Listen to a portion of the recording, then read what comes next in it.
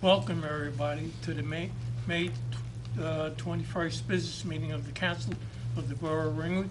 This meeting is being broadcast live and will be replayed in Channel 77 and also be posted on YouTube throughout the week. Nicole, statement of compliance, please. Adequate notice of this business meeting has been provided in accordance with the Open Publics Meeting Law, PL 1975, Chapter 231, setting forth the time, date, place, and purpose of this business meeting by consent agenda resolution number 2019-11, adopted January 2nd, 2019, through a legal notice published in the Suburban Trends issue of the January 13th, 2019, and through notices emailed to the following named newspapers and posted on the bulletin board at Borough Hall on January 7th, 2019. The Suburban Trends and the Bergen Record. Also present, roll call. Mayor Martucci? Here. Deputy Mayor Noonan? Here. Council members Bolton? Here. Davison? Here. Moretti? Here. O'Keefe? Here. Spear? Here. Also present is the Borough Manager, Director of the Department of Public Works, Scott Heck, Acting Municipal Clerk Nicole Langemeyer, Borough Attorney Rich Klimak, and CFO Debbie Buchanan. And also tonight with us is our accounting firm, Ms. Vachi, if I said it correctly. You got it. And we have Jenna Bauer, Brian Gibbons, and John Mooney. Please stand for the Pledge of Allegiance. I pledge allegiance to the flag of the United States of America and to the republic for which it stands, one nation, under God, indivisible, with liberty and justice for all. Please stand for a second. We had a Memorial Day ceremony outside. I'd like to pause for a minute just to honor all our veterans.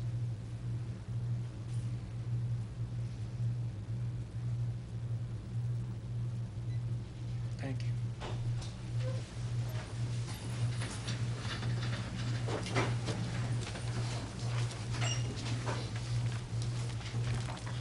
First order of business is we have a proclamation for Mental Health Month. Whereas mental health is essential to everyone's overall health and well-being, and whereas all Americans experience times of difficulty and stress in their lives, and whereas prevention is an effective way to reduce the burden of mental health conditions, and whereas there is a strong research that animal companionship, human, spirit, religion, recreation, social connections, and a work-life balance can help all Americans protect their health and well-being. And whereas mental health conditions are real and prevalent in our nation, and whereas with effective treatment, those individuals with mental health and other chronic health conditions can recover and lead full, productive lives. Whereas each business school, government agency, healthcare provider, organization, and citizen shares the burden of mental health problems and has a responsibility to promote mental wellness, support prevention, and to reduce the stigma. Now therefore, I, Mayor James Martucci, do by here claim May 2019 as Mental Health Month in the Borough of Ringwood.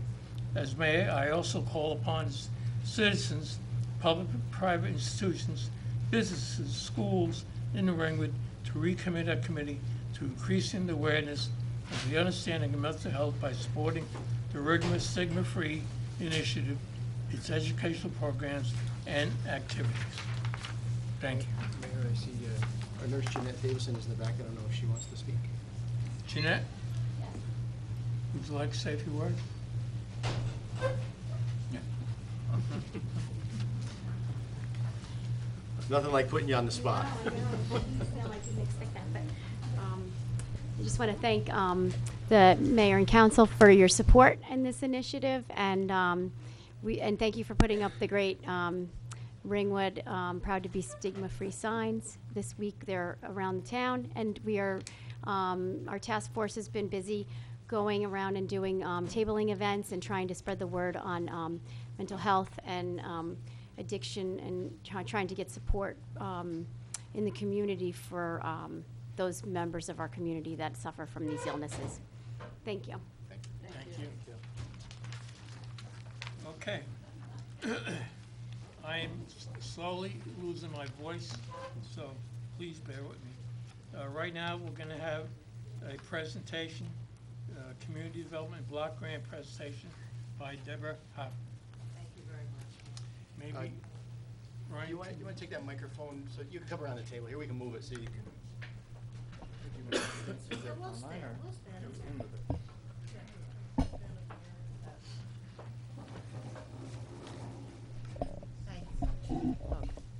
Thank you very much. Good evening, ladies and gentlemen. I'm Deborah Hoffman, Director of Economic Development for Passaic County, New Jersey. I'd like to also introduce our freeholder Deputy Director, Sandy Lazara, who is also here this evening, and my consultant, Karen Parrish from Mullen and Lonigan. She consults on our Community Development Block Grant Program. I did hand out an agenda, just give you an overview of what the program is about. The county's been running a Community Development Block Grant Program as an urban county since 2008. We cover 11 municipalities to date because at this moment Ringwood does not participate.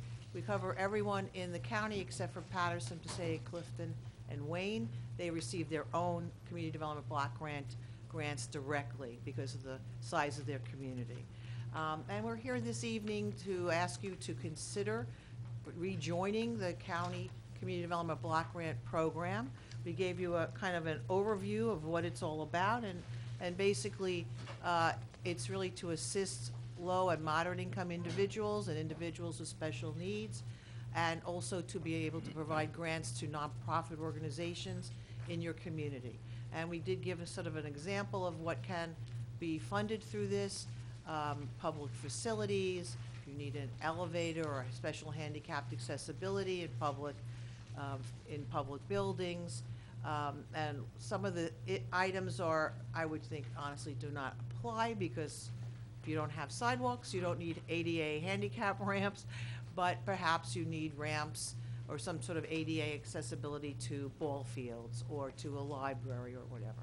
So we're here really to ask you to consider it. I have sent a copy of draft resolution, which I know Mr. Hecht has reviewed and I think edited, hopefully, and also a copy of the cooperation agreement. When you do decide, if you do decide to participate, that would last for 3 years, and then it would we can renew and decide if you like the program and continue on. So it's a fairly basic program. I go over in a little memo. We send out applications every year, December, January.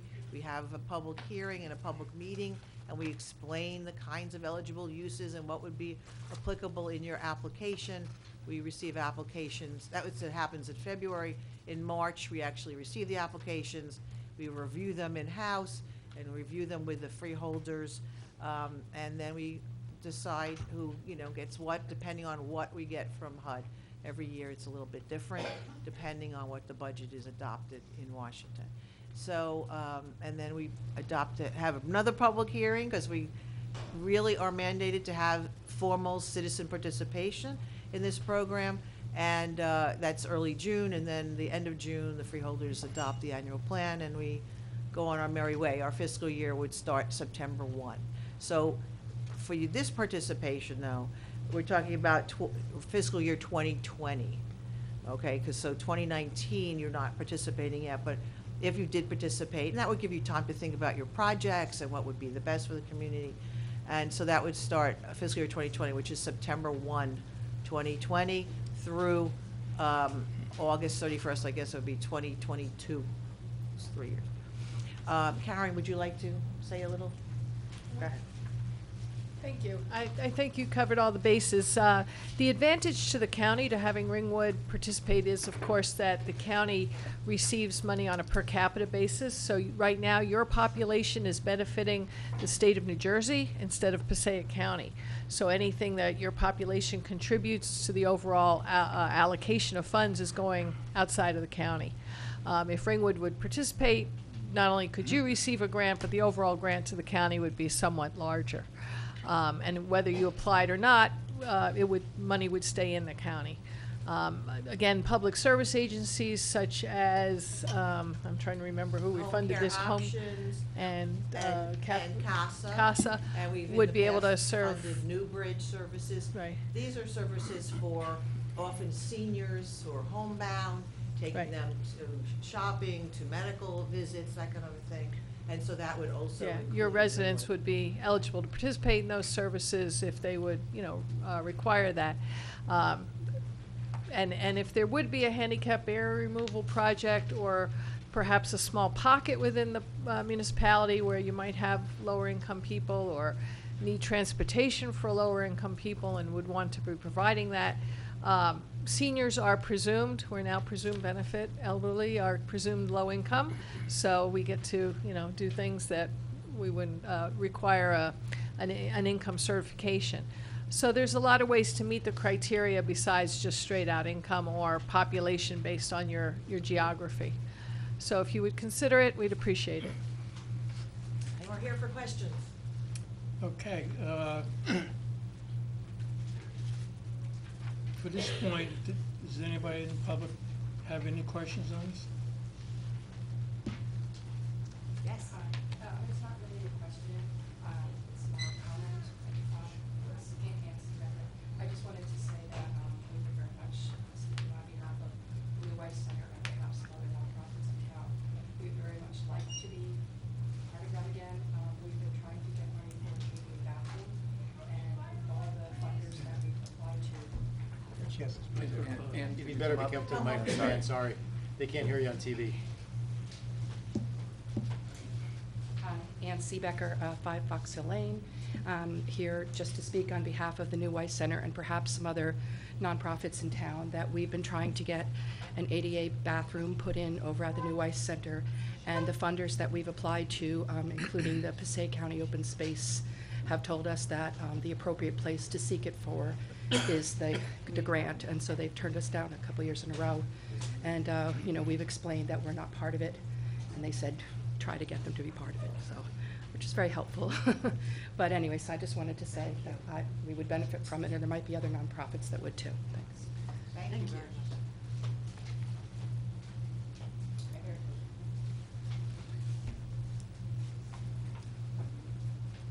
I'll start right with your agenda. Do I have to say my name, or does it matter? Yes, it Connie says- Hernandez, 18 Pequot. All right, you have, on your agenda, Yes. you have no more than 50% of a grant may be utilized for public service activities.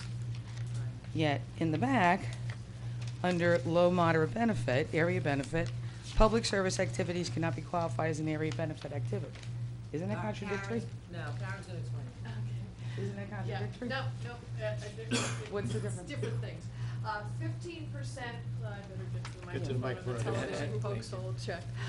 15% of the total allocation to the county, which was roughly $860,000 this year, could be used for public service activity. However, not less than 70% of the.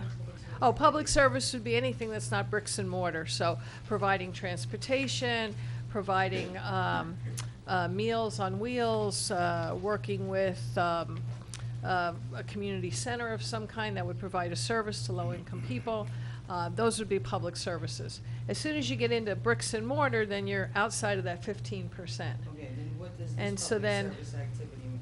Yeah, so at least 51% of the participants in a public service activity have to be low to moderate income Or senior? or seniors. So, so in our area. Public service activities cannot be qualified. Right, because we qualify it based on the people participating, not on the area. So in a place like Patterson, where a lot of the census block groups are low and moderate income, we can say, oh, if we situate this activity in this neighborhood, we know the participants are gonna be low to moderate income.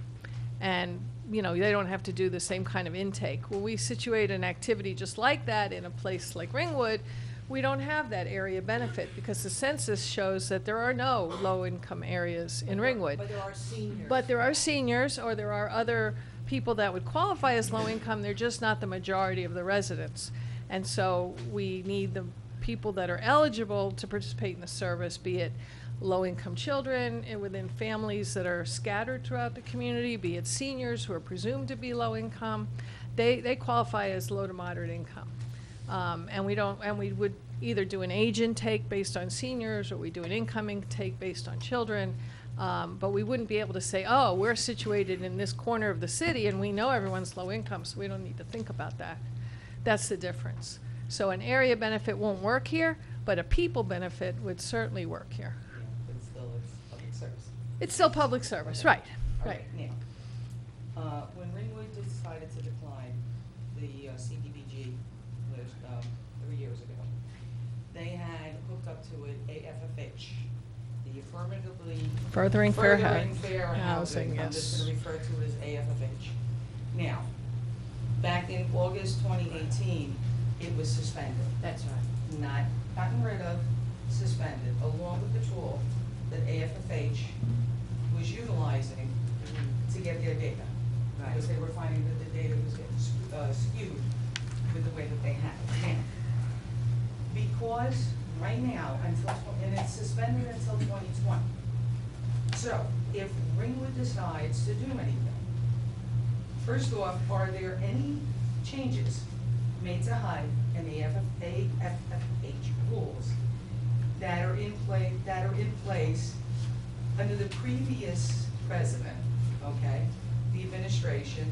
In other words, whatever was 3 years ago, Right. is it still the same today?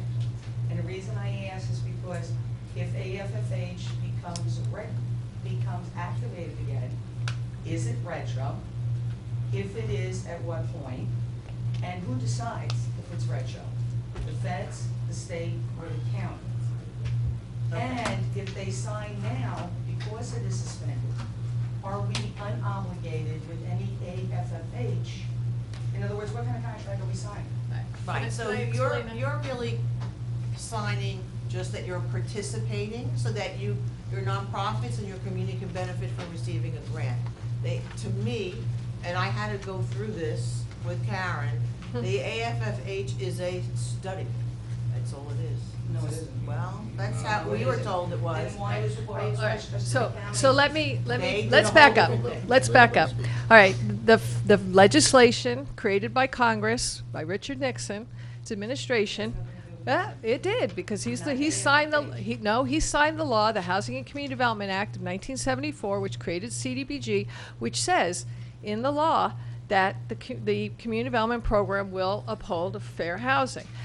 The AFFH was then created by the Office of Budget, Management and Budget, OMB, because they didn't think that in 2015, because they thought that the analysis of impediments to fair housing that we'd always been doing since 1974 was too different in every community. They wanted something more formulaic. They wanted something that looked the same in every community.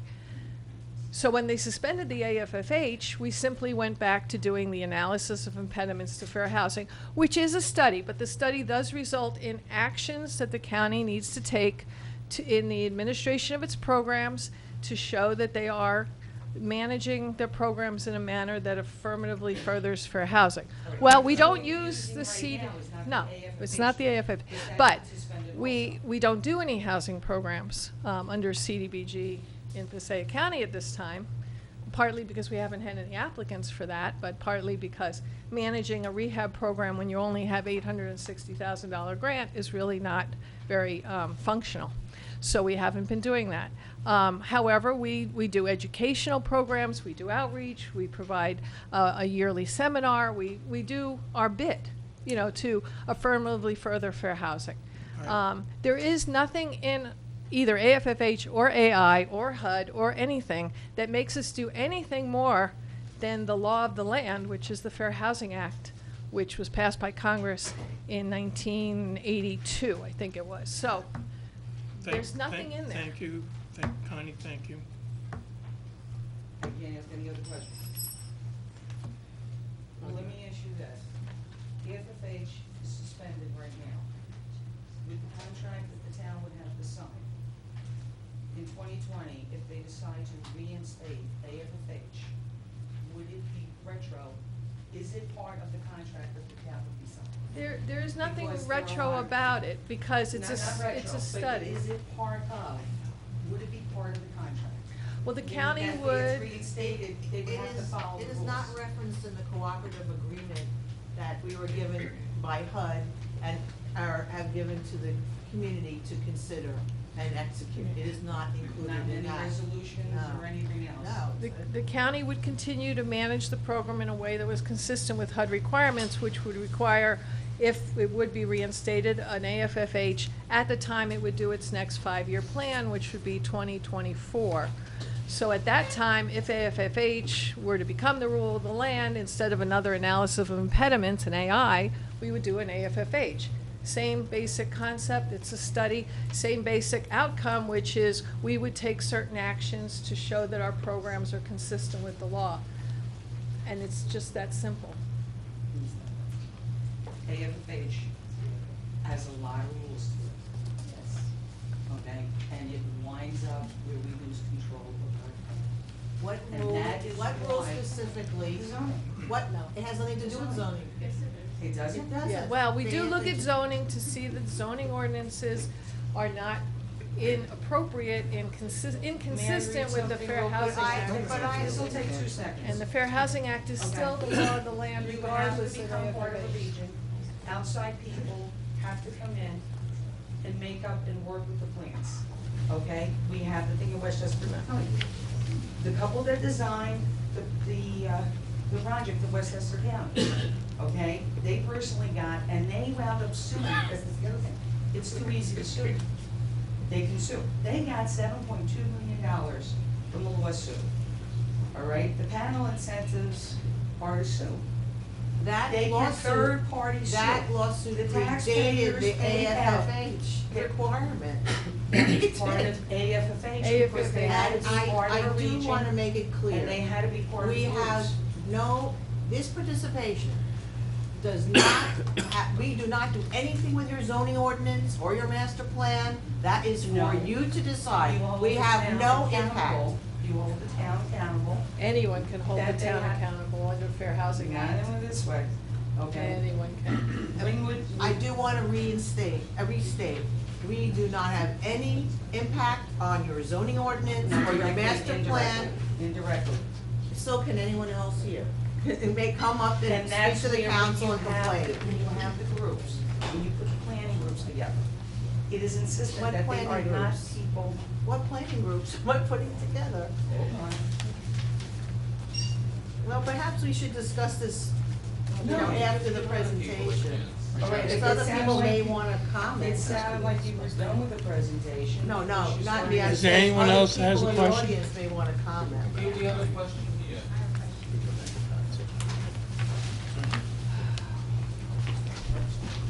Hi, Penny Safane. This is for the council. I'd like to know, why did the council decide 3 years ago to not participate? This is only about this topic. Yeah, why didn't the council decide to not participate in CDBG? Yeah, they had a public hearing and they had input from the public, which is why we asked Deborah Hoffman to come up here. And it was the same situation where we had a deadline, and I believe at that point, the minutes are available online, and the council at that point decided not to, based upon the input and based upon their reading. Okay, I'm not clear on that, but, I don't exactly remember 3 years ago, but I can tell you, I looked at the minutes okay. the other day. So what would be the downside in rejoining? I'm here to Well, listen to that the way, that's what's presentation. being That's considered. what they're considering tonight. Ms. Hoffman's Mhm. explaining, and that's for the council to decide. Okay, Honestly, from my perspective, there is no downside to join. doesn't sound like it. Your only other choice to participate, let's say in the CDBG program, is the state program, the small cities program. So then you're competing with like 200 other municipalities, where here, you're one of 12.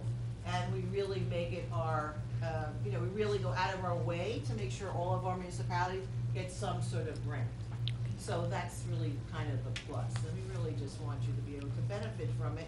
You should benefit from it. Thank you. Thank you. Any other questions?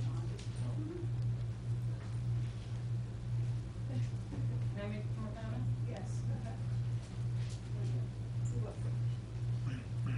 Okay. Is it true or not that there were, Connie Hernandez, ATP, community planning groups?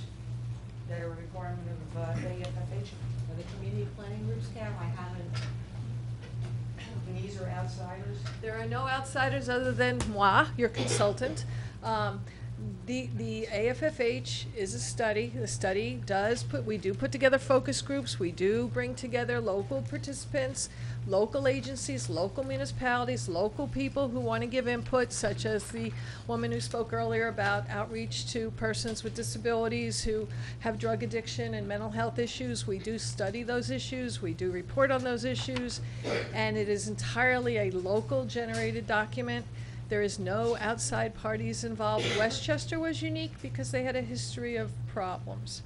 So we don't even want to think about Westchester. That was an outlier situation at this given time that happened. For 99.9% of the rest of the counties and cities in the U.S. who did do their AFFH, it was just like the AI. It resulted in recommendations to do outreach, to do knowledge information, to educate home buyers, realtors, banks, insurance people, zoning officers, that fair housing is the law of the land and there's things you cannot discriminate against. So people who do not live in Ringwood would not be part of those committees? Well, and the would not have county, any it would be a say? countywide Within the 12 study. municipalities that Right. participate in the CDBG urban county. That would be considered our community. And we would very much welcome your participation. We would frankly try to insist on But the somebody people coming of and Ringwood, participating. but the people in Ringwood would not have any say in who these people are. The only influence we would have directly with Ringwood would be one of my staff people would look at your zoning ordinance and look at, we have a checklist that says, these are violations of the fair housing law. And we would quietly talk to your planning commission and say, you might want to consider doing something about this. This isn't consistent with fair housing law, before somebody does come in and say something to you about it. It would not be a big thing. We've looked at your zoning ordinance 5 years ago, the last time we did the AI. We've not visited your planning commission because there was probably nothing in your zoning ordinance that would cause us to visit your planning commission. So it's done. Your zoning ordinance must be consistent with fair housing law. And that's the only thing we would have to do directly with Ringwood. Otherwise, it's a countywide study. The 12 municipalities, we're partnering with Passaic and Patterson to do a bigger countywide AFFH because of cost. It made more sense to spread the cost out. And it was canceled. But it was canceled. Canceled, it's Right, canceled. so, but they have to do the same thing you would have to do as a county, look at discrimination on basis of race, sex, national origin, disability, age, green, blue, purple, all those things. So, nothing has changed, whether you call it AI, AFH, fair housing law, nothing has changed. Except the data sets, we no longer have to refer to those particular data sets, which may have had problems with them. Which we're not going to disagree with you on the fact that the data sets may have had problems with them. So, Thank you. Thank you very much. So, Deborah, two things. The reason, I'm sorry, I didn't know there were more people. Paula Tedesco, 95 Upper Lakeview Avenue. I actually worked for Newbridge Services in the program, the SAIL program that utilized the grant. And we were able to service people in other communities. And when we got a referral for Ringwood, we could not serve those people. And one of the basic things that people needed was food. So I think it's a pretty damn good program. Thank you.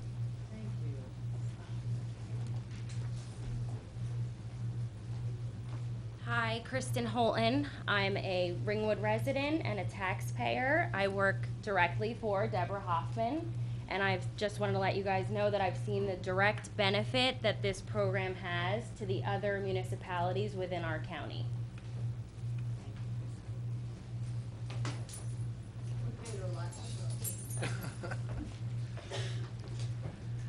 I'm Sandy Lazare, Passaic County Freeholder.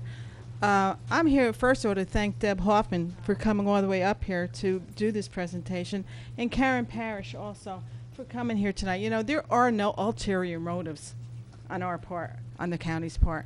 We have met with Scott. We've talked about this. We have money to help this town out, and we follow the law as it's written. So if anybody has any problems with whether what we're doing is the right thing to do, it absolutely is.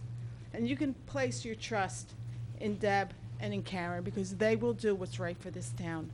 And again, thank you so much for coming up here. Thank you. I have a couple of just quick questions. The reason you're here, you sent me the letter, and there's a deadline of June 7th, I believe, for us to enter into the program for next year. Right, for 2020. So that June 7th is a hard and fast deadline, I'm assuming. Right. Okay, and also you mentioned you don't do any housing. The $800,000 you use, you only use for these other programs, so there's no housing element or component or anything. And we talked about this when I read the minutes from the last meeting. I said, these are some of the issues that came up. Right. And you don't really participate in any of those type of things. One of the things that knowing that you were coming and knowing after reading the minutes, I wrote a little bit of an amendment, which we talked about briefly.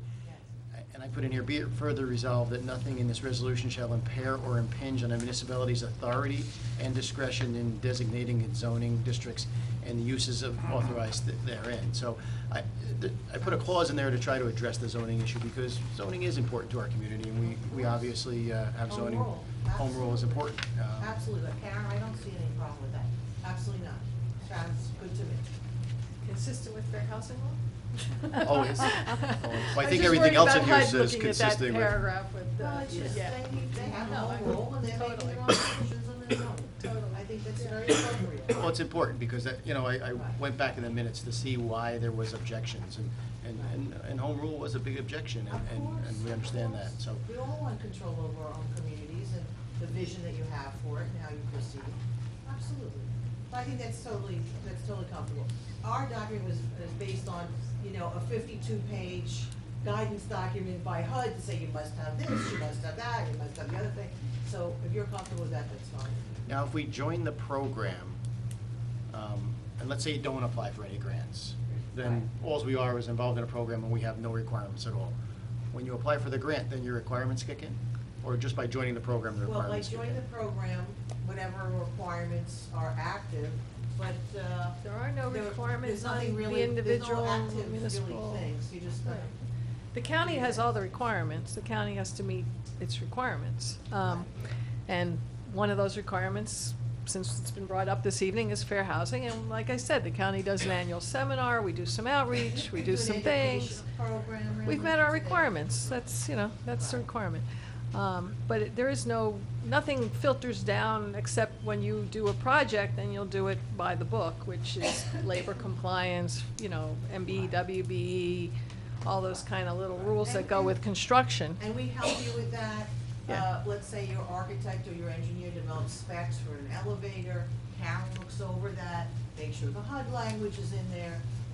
When you do have a construction project, you need to include, it has to be, you have to pay Davis-Bacon wage rates or New Jersey state prevailing wages, whichever is higher, and you're paying New Jersey, prevailing wages anyway. Correct. So, it doesn't really add very much, No. honestly, it's just really a compliance thing, but that's a construction project, and I think people are very familiar with that. And we follow all those rules anyway. The state is probably stricter in most of those regards than the federal government anyway.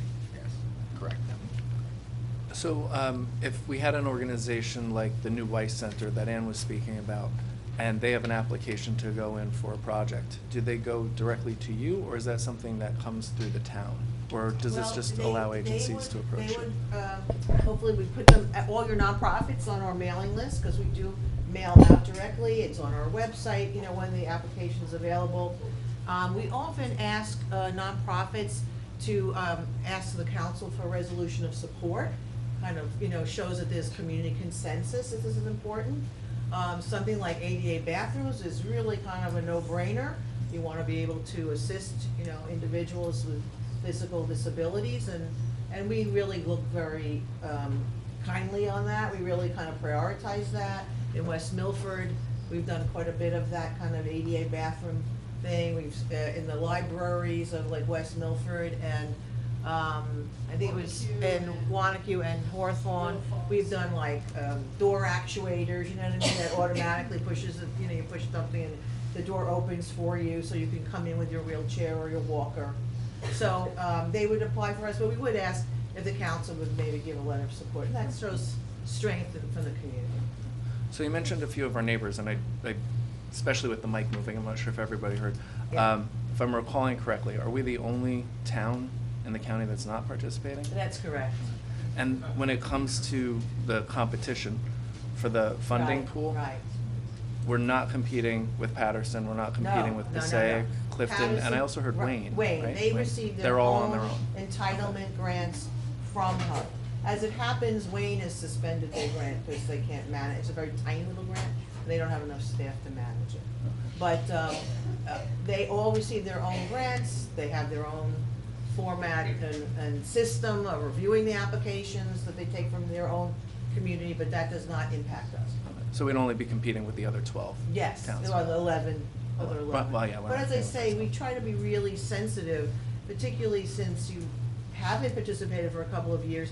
We would kind of prioritize that. I mean, but that's what the freeholders have to make the final decision. I just manage the program, but we would recommend that, right? We like to spread it around, so everyone feels they've been heard and they've been helped and assisted. Deborah, Wanacue had the same concerns at the last go-around, and then they ultimately decided to go with your program. Have they had any issues with any of their zoning or any other problems in town that you know of? No. We had this in Wanacue 3 years ago. We made a presentation before the city council. Karen was there. And since then, they've gotten quite a few grants. We just were at a pre-construction meeting last Friday for ADA ramps. You know, that was their priority. And we've done a lot of work there. We helped fix an elevator in their library, you know, for seniors and others that, you know, use the library broke. And then there's been a couple, you know, it may not apply to you, but there've been a lot of milling and paving projects, and there've been quite a few stormwater management projects, water projects, that kind of thing. So Yeah, Wanacue actually got quite a lot of money. Yeah. Thank you. To be honest, I think the last time we looked at the zoning ordinances 5 years ago, there was one community with one possibly offending statement, something about the size of, or the composition of families, which seemed to harken back to an ordinance from 20 years earlier. Before we even had a chance to talk to them, they had issued an amendment. End of discussion. Right, you're really, so you control what you need to control. You don't have, really don't do that. You don't have time to do, I'm really interested in doing that. Deborah, prior to Ringwood opting out 3 years ago, did they participate in this previously? Not really. We Not did really. not really get, right, it was as usual, so when they stopped participating, I think that's when maybe the library needed an ADA ramp, or we could have done that, you know, or certain projects like that. So we missed opportunities by Yes, I not think being that part it of might it. have been, we did run years ago in 2013 and 14, a housing rehab program, where mostly we just fixed people's roofs. Mhm. And one house I think applied, but they were not able to apply with the low income, moderate income housing. We did participate with the state program. What, oh, you did? We participated with the state program for quite Oh, some time. good. Did you get a lot of money from them? Quite a bit, yes. That's good. That's what prompted the CDBG program, was trying to use up some old state money. Right, And, yeah, it's a big program. It's not just a rehab project. Do you know, so one of the more unique attributes of our community is the fact that so many homes are on septic systems. For particularly our seniors, is something in that area possibly eligible for rehab if we had failing septics that needed to be addressed by? Well, failing septics, I deal with those a lot in Pennsylvania, and they're very expensive, and they can be, certainly under a housing rehab program, failing septics can be done. They tend, and assuming the person living in the home is lower income, you know, that's an eligible activity. However, again, with a small grant, you do 2 or 3 of those a year, it's not very much. I use a lot of farmers' home, or, well, rural housing money to deal, especially seniors, because seniors, it's free. It's grants. A lot of seniors don't want to have a lien on their property, and unfortunately, both rural housing and CDBG would require a lien for a period of time. not that you're going to repay the lien, but they want to make sure you don't turn around and sell the house now that you have a brand new septic and make all kinds of money on it, right? And that seems to be a big impediment, but certainly the rural housing, which I believe you all are eligible for, is a terrific resource for failing septic for seniors. Oh, is that for the federal? Yeah. Federal- Mhm. what agency Yeah, it is takes that? a little patience to work through their bureaucracy, but I found that the people in the office are very, very helpful. When seniors apply, rural housing, rural development, farmer's home is what it used to be called. And that's a tremendous resource. And if you find that you have a group of homes that are too close together to effectively have individual septic, and they need either a community on-lot system or some other disposal method, that's when CDBG can really help, because now we can help, assuming 51% of the people in those homes are low income, we can help develop a community septic treatment system, not a package plan or something that requires, community involvement, but a community aggregate on-lot system versus 3 individual little septics. You put in one big one, some kind of little homeowners association for them to deal with. And not the most comfortable situation for them, but certainly beats trying to bring in a package plant and pay a $500 a year sewer bill. So. All right, before Thank you. we move on, does anyone else have a question? Yeah, well, not, we make comments, just step up to the mic. Hi, I'm Cliff Safane. I'm a resident of Ringwood, and I work in Ringwood also. I would hope the council would reconsider their past position on this. If we can get grant money at no cost to us, that can help with taxes. I mean, why do we need all increases in taxes if we're refusing grant money? So I respectfully hope that you reconsider your position. Thank you. Thank you. Okay? Yes, thank you, Deborah, Thank for you coming all up. very, very much for And taking your Tracy. time. Thanks for coming up, Jeff.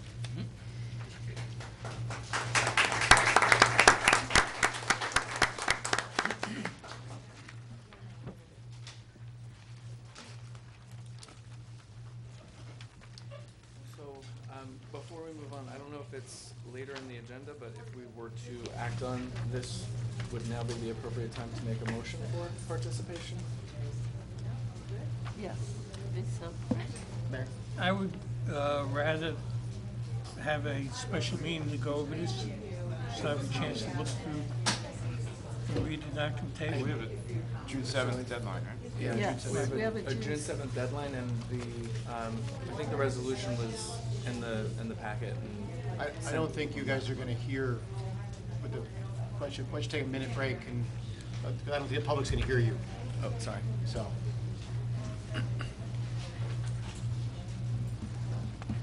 I'm sorry, Chip, go ahead. Mayor, what was your suggestion?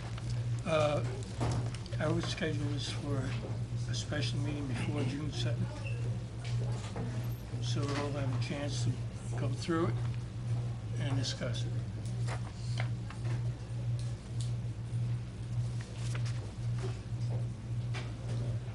Mayor, I kind of agree with you there. I looked at this pretty hard 3 years ago, and there wasn't too many eligible projects for the borough to do at the time, and I don't think we had done anything with Passaic County CDBG for 2 cycles before that or so. So it was pretty simple to let that to let the enrollment slide, especially in the face of that AFFH stuff that was going on at that time. And it's not just Westchester County, which was pretty egregious, but they did stuff. I want to say is either Dubuque or Davenport, Iowa. They did some terrible things across the country that were being documented at the time. And that was one of the main concerns. And there was really there's no. I think the speaker said there are no low and moderate income blocks, census blocks. So we can't do all that kind of stuff that Waunakew's been doing. With regards to stormwater or sidewalks, curbs, paving, none of that kind of stuff happens up here in Ringwood. I do want to also take a look into that rural development or farmer's home grant. I thought I looked at that a few years ago too, but I want to take a look at that. So, I'd also like to hear about some of these nonprofits that might be eligible for funding if the borough itself is a member of the Passaic County CDBG. That never came across my radar. I'm not aware of that, and I wanna look into that and make sure that's, that is what I think it is, and then I'd like to talk about it next week and move on it then. Just to clarify, the census blocks only applied to any services that were available, and since there are no census blocks that are majorly comprised of low to moderate income individuals, to offer services in town, they're required to have intake forms for those people who are taking it, whether they qualify based on income or based on age. And I don't believe that was a part of the infrastructure projects. That was for the 15% service. I have heard from people, so whether it is simply nursery schools that aren't able to offer aid to individual residents who are applying because we're not participating, or the Weiss Center that can't get an ADA bathroom because we're not participating. This was shared in the April packet. I'm very glad that they came down to answer questions and provide additional context, and agree that the rural program is definitely something to look into regarding the septic program and availability, but I'm failing to see the downside, particularly to the extent that it would warrant us to reconvene for another separate meeting. I have to agree. Deborah Hoffman made the trip up here to explain this to us. If we had questions from this council, I think they could have been addressed right now in the question and answer period that they gave us. And it was a good opportunity to look at it. And it's not just building, but there's also drug addiction, which we have up here in Ringwood, mental health, Meals on Wheels for our seniors, transportation for our seniors. I think these are all good things that we really should move forward with, and there's no reason to reconvene in such a short time frame with the holiday and everything else going on. I think it would be a difficult special meeting to bring together before June 7th.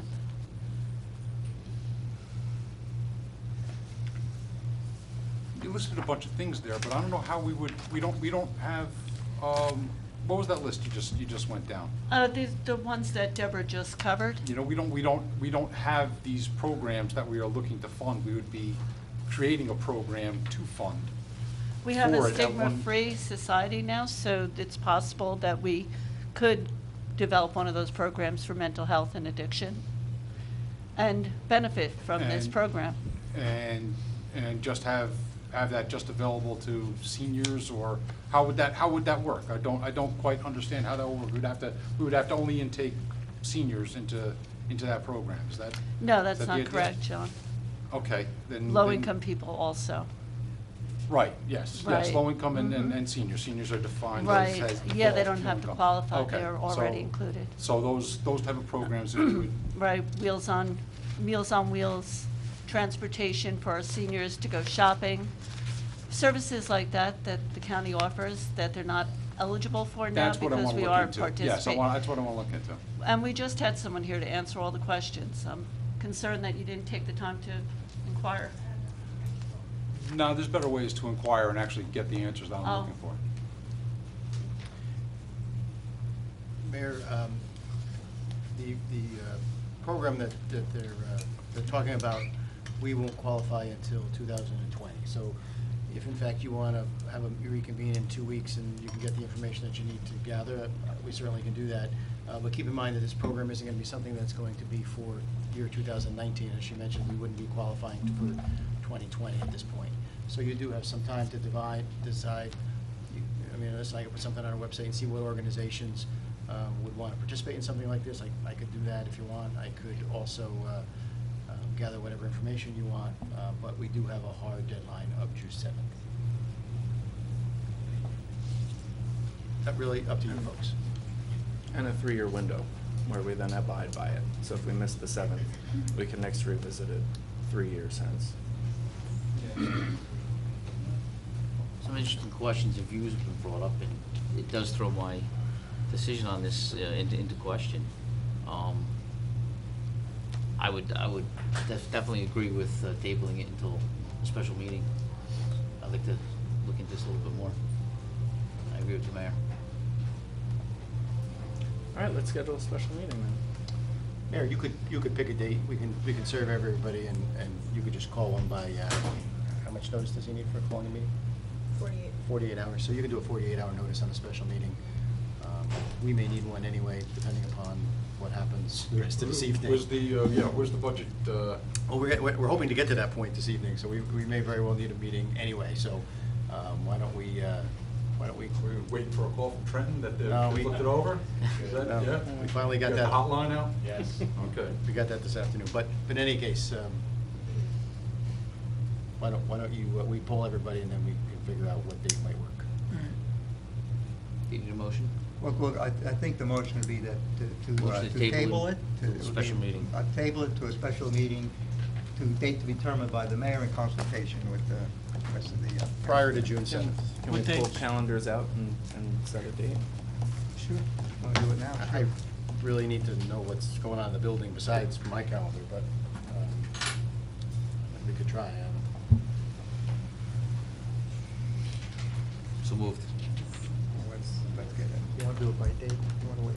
I can't commit to a date at this point. I would need till at least tomorrow to sit down with my office.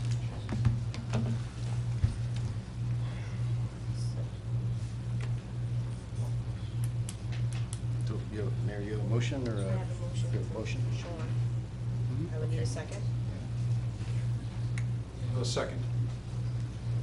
All right, so this motion is to table it to a special meeting date to be determined by the mayor after consulting with everybody's calendars. Is that How's correct? Wednesday next week? I got to see what the court schedule is, and it's not that simple.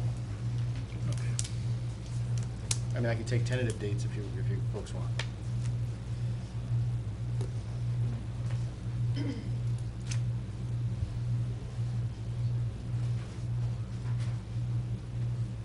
Roll call. Roll call.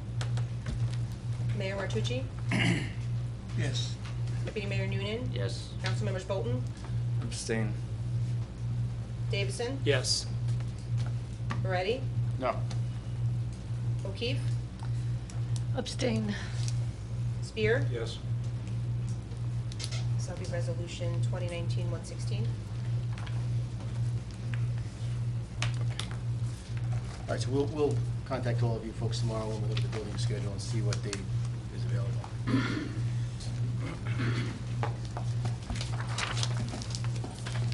All right, moving on. Approval of minutes.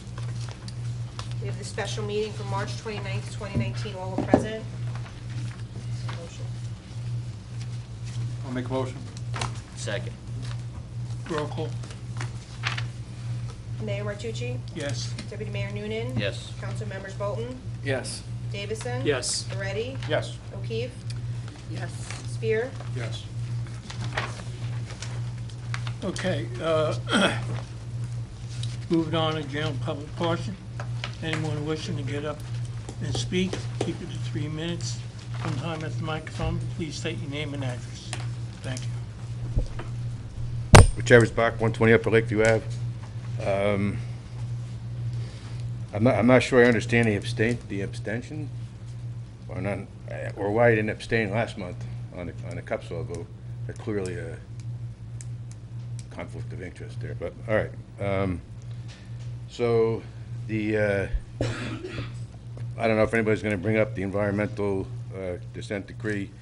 I was at the CAG meeting 2 weeks ago, and it was brought up that there's a 2-month comment period about the consent decree, and there were some people there that were asking for more time, and I just wanted, for anybody that's unfamiliar with the site, the record of decision was made back in October of 2014, and it was revised, I believe, in April of 2015. So that's four years. Nothing really has changed. So just don't understand if there's going to be some discussion on that. That's the broad, 30,000-foot view, if you will. All right, thank you. Thank you.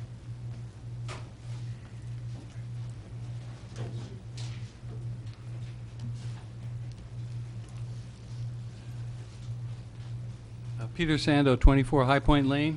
A couple of things, I'll try and be brief.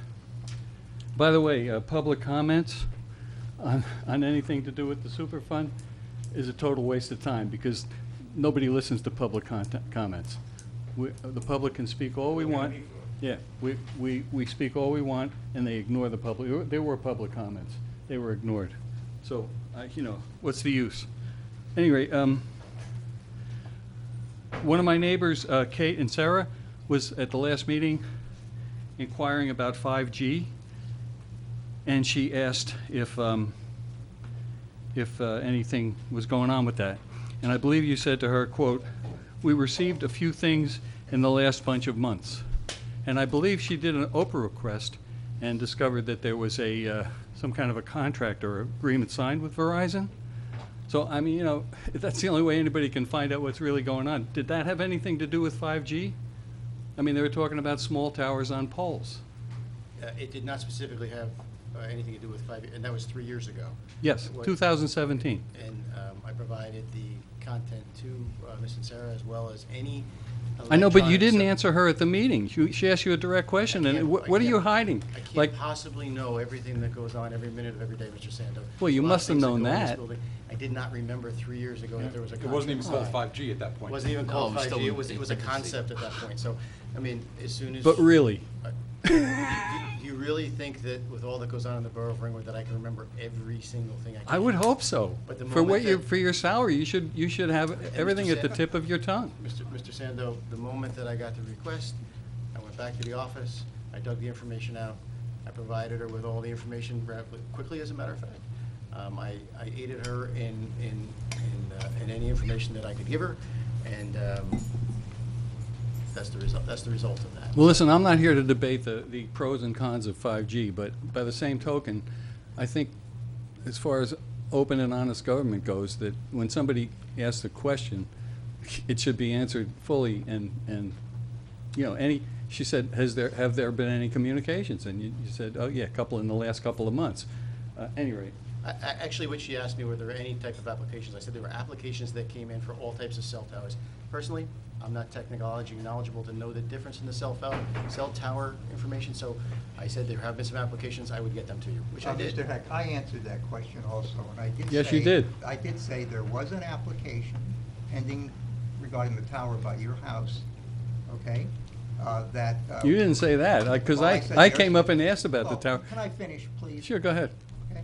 Regarding the Erskine Tower, and I said that we advised, what happened is the provider took the position that they could enlarge that tower without municipal consent.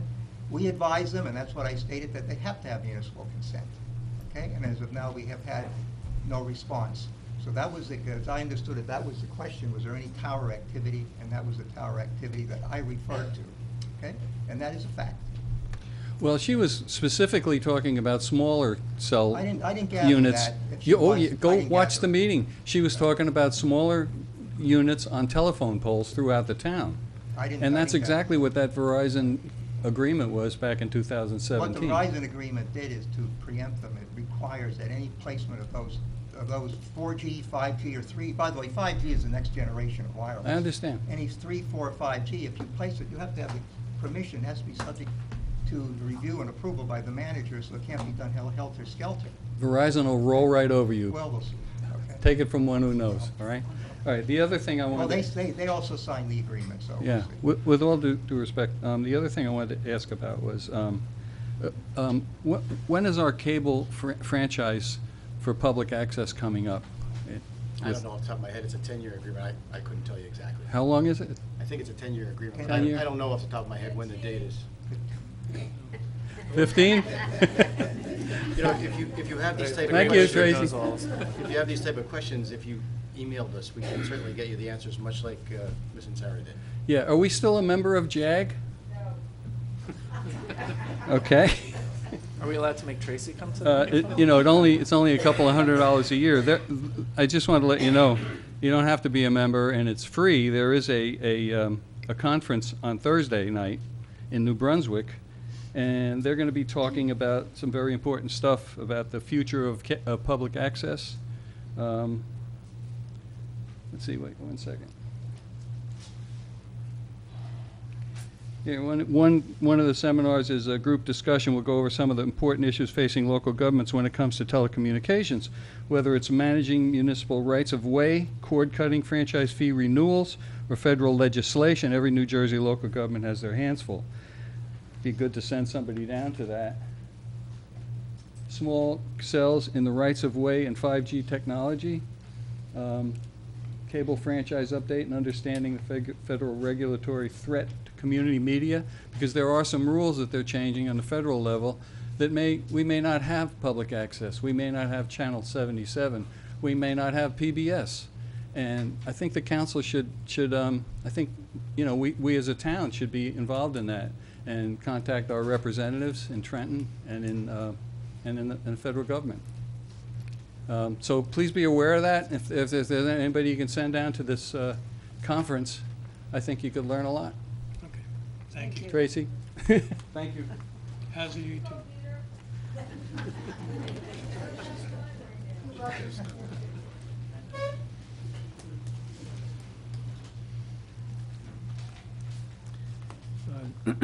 Jim Guinan, 62 Walker Drive, Ringwood, New Jersey.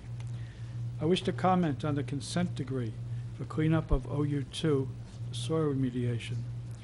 This consent decree was filed in federal court on May 6 and is brought by U.S. EPA New Jersey Spill Compensation Fund against Ford and Ringwood. Ringwood should not plead guilty to crimes we have not committed. And there's a number of points. I'm referring to the point number of the consent decree.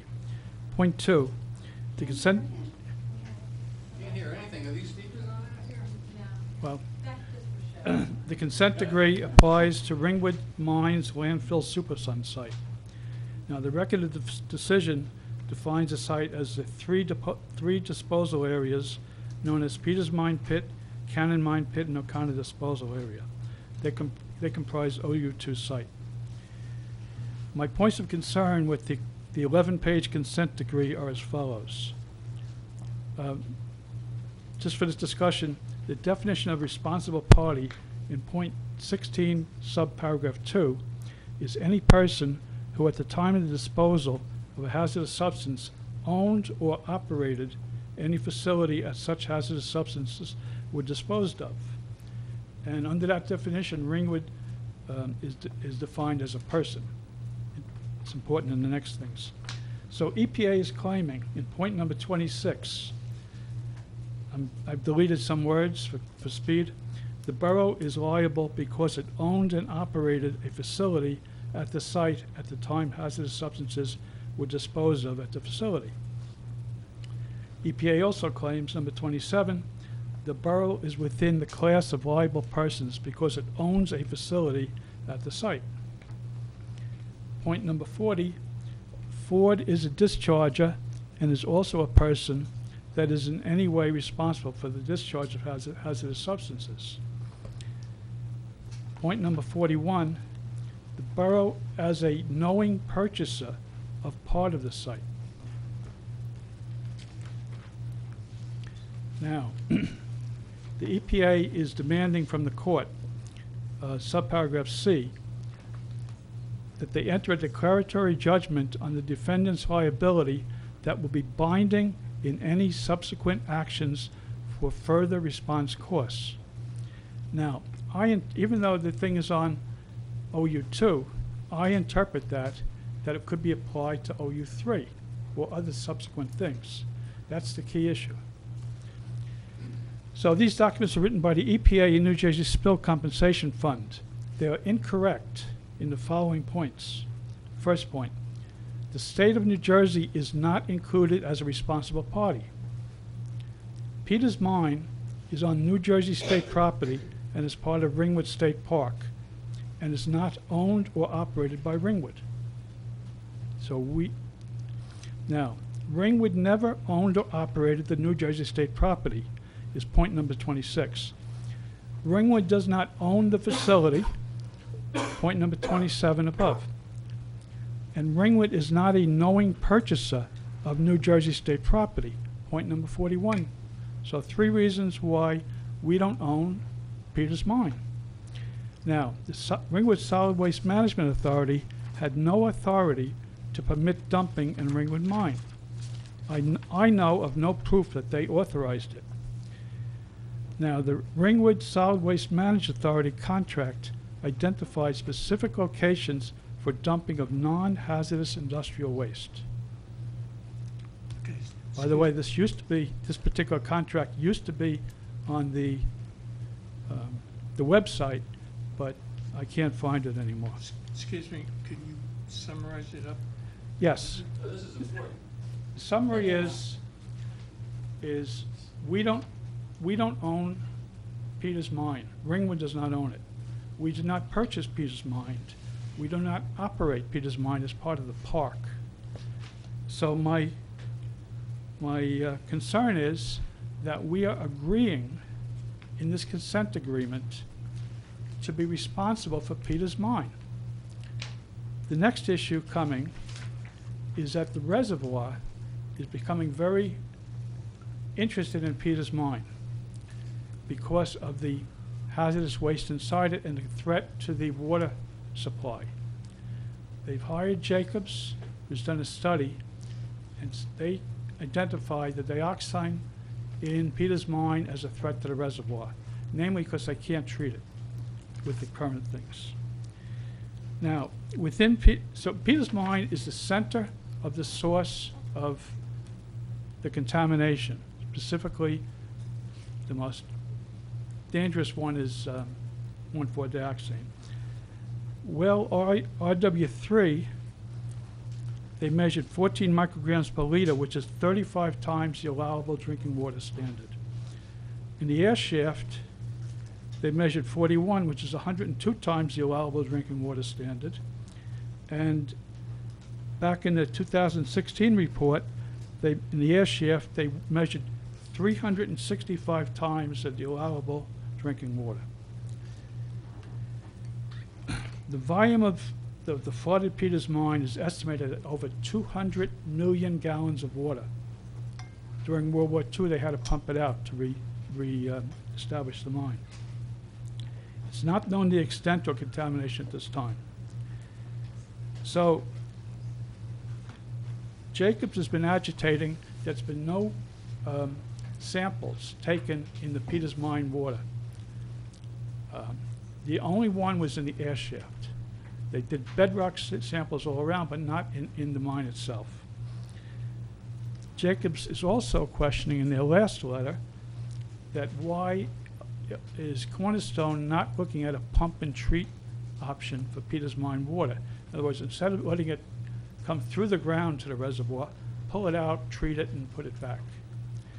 That's going to cost many, many millions of dollars, much more than we're looking at for the soil remediation. 200 million gallons of water. So my first point, we should not accept any responsibility for Peters Mine. It's not part of Ringwood. We had no authorization to dump anything there. So my point is, as he mentioned, well, I do agree settlement is preferable to a legal battle. The 60-day comment period expires on July 5th, and I recommend that Ringwood protest these inaccuracies and prepare and submit corrections to the consent decree, because this is going to hurt us in the future, specifically OU3 when they look at groundwater. We should not take responsibility for things we did not do. Any questions? I received your email this afternoon. I'll forward it along to the council. Thank you. Thank you. Thank you. We need more funding for open space for Passaic County, New Jersey, and all New Jersey agencies. really Ringwood Open Space and Provo Historic Society and Passaic County, New Jersey farmland.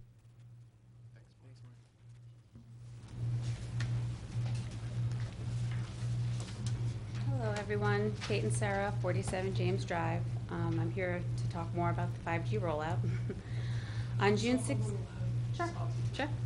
On June 16th, 2017, Mr. Heck signed a contract between the Borough of Ringwood and Verizon Wireless, granting Verizon conditional access to our public rights-of-way to deploy 5G technology. I'm wondering if that contract can be renegotiated, considering the new information that has been brought forth since the signing regarding the serious health hazards linked to 5G exposure. What your question is, do we void the contract based upon what, Not, madam? well, void it, that'd be great, or Based renegotiate upon- it. Based upon what, please? New information that's been brought forth since the signing about the hazardous Well, health effects. I understand, a position on hazardous, but the thing is, what we're, first, we'll put that contract aside. The 5G is being rolled out throughout the whole country, throughout the whole world, okay? Is your position that we should stand up and object to what specifically about it? And what evidence, how would we do it, madam? That's my question. Considering it's throughout all the cities, all the major telecoms are doing it, it's throughout the whole world. Not quite, not yet, but how would we do it? at least being in control of where the cell towers are placed, they shouldn't be anywhere near residential Well, areas. we do have that, as we Yeah. explained, we have that control. Yeah, I mean, for me, ideally, it wouldn't come to Ringwood at all. I mean, we get faster download speeds for what, risking our health, cancer causing. Ideally, 5G is not new radiation. towers, it's existing structures. That's the idea, is to do an array instead of have a large tower. It's what, I'm sorry? And more of an array where they have multiple receivers and transmitters. Correct, but they're placed over existing significantly towers. closer They're mostly together. looking at existing right-of-ways and telephone poles, buildings, things like that. Well, see, 4G towers now are placed, I don't know, miles apart, where 5G will need to be within miles of one another, sending out wavelengths that are much shorter than what is being used now, that penetrate into the body much deeper than 4G. I'm gonna go into it in the rest of my talk, that'll explain it in a little more detail. And then I was just gonna ask if the conditions of this contract, would be decided on in a council or planning board meeting. I guess that would be like. They were decided at a council meeting. But I'm saying, like, you get to decide where the towers are going, where they're being placed, things Well, like that. Is that gonna be a public thing, or you Well, guys it do would be that? up to the manager who could consult with the council and whoever he wants to, and other groups. Okay, so Yes. that seems like it's a private thing, or like we'd be able to be like, You'd be able hey, to- I don't want it on the street? No, in response to you, I told you that any application would go before the building department, the planning board, and public hearing, because as I mentioned earlier, I don't have enough knowledge of that type of technology to be able to handle that on my own. We would need to have consultants, and we would need to have a planning board to review all those things. Yeah. As we did with all those applications that I sent, they all went to the planning board. Okay. So listening to the council meeting of March 16th, 2017, I heard a number of statements that stood out to me. It seems that it was the understanding of Mr. Heck and Mr. Klemick that, quote, 1 to 5 towers at most would be placed here and there throughout the borough. This, however, is not congruent with how the technology works. 5G operates on millimeter wavelengths, which do not travel as far as 4G. Furthermore, the signals are easily disrupted by variations in topography and physical matter, aka hills, trees, and leaves, which results in a need for a higher concentration of towers. This fact leads me to believe that Ringwood will require more towers closer together to achieve the desired goal. It was also strange to hear how Verizon was calling Mr. Heck on, quote, an every other day basis to push this contract, and furthermore, how Mr. Heck apparently felt that it is, quote, something we cannot do anything about, we have to let them do it. Hearing something like that is extremely concerning to me. How does a corporation have the ability to force their harmful technology on us? The FCC is a captured agency dominated by the industries it presumably regulates, which is thoroughly explained in a paper by Norm Alster in the Harvard Ethics website. With zero medical or biological expertise, the FCC sets the standard for the acceptable level of allowable radiation. The U.S. has among the highest allowable radiation levels in the world. It has been scientifically shown that cancers such as leukemia, colon, lung, and breast cancers, to name only a few, respond to electromagnetic radiation hundreds of times below the FCC recommendations. Studies also show that due to their smaller body mass and rapid development, fetuses and children are more susceptible to the harmful health effects. And there are plenty of scientific studies out there. They're just not showing it on the news or whatever. You have to just do a little research of your own. In numerous towns across the U.S., cell towers located near or on school property are being taken down because they are suspected of causing cancers in students. It has also been admitted in Congress by Mr. Gillen, a 5G representative, that there has been absolutely no pre-market safety testing done. They are running a massive, mandatory, uncontrolled experiment on us and our families. One does not have to look far outside the mainstream media to see that we cannot be certain that 5G is worth it. I implore everyone to begin researching and to decide for yourself. Do not let the telecommunication companies disregard our rights. And I ask the council to stay alert to 5G applications coming in. We only have about 60 days to reply to these applications, and silence is consent. Requesting a moratorium or slowing the process in any way will give us time to educate ourselves more thoroughly and decide if we want 5G in Ringwood at all. Thank you.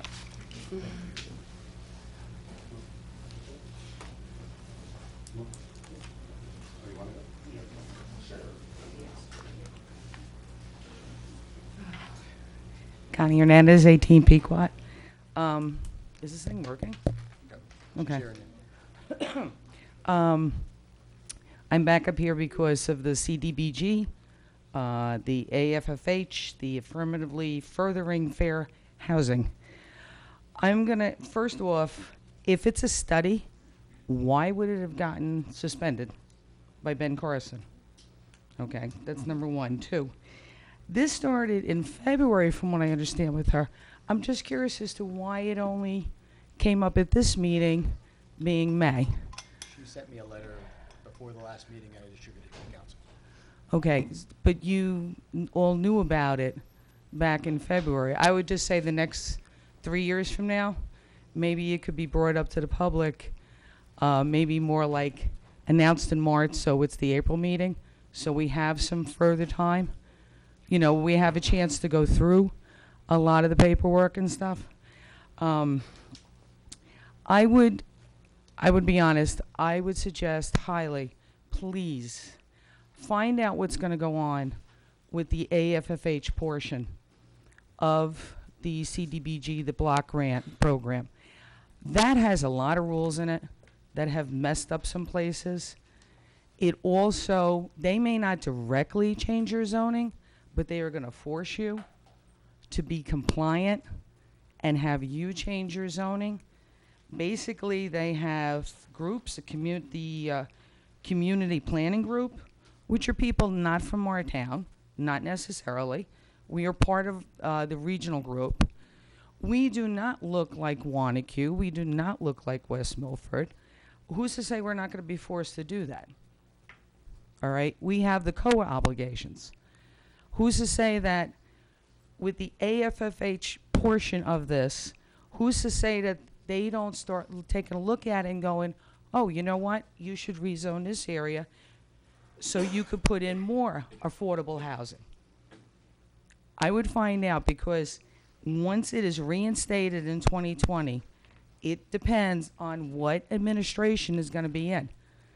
And if the next administration decides to put it back in as is, you're going to lose control. It may not be worth the money that you may be thinking that you're going to get in these grants, or at least look at the time frame that you would be looking to, you know, to use these grants, that you get it done and over with, because election time is in 2020, and that's a time frame. It's 20, 21, and 22.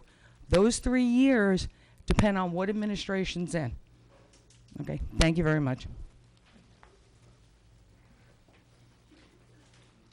Herb Allen, 43 Seminole Drive. I'm concerned about the grant for Cupsaw. It seems like something has been signed already by the lake. Not sure, this is what I've heard. Also, there's 3 members on this council that are members of CLIA. It's a conflict of interest. So I think that should be looked into.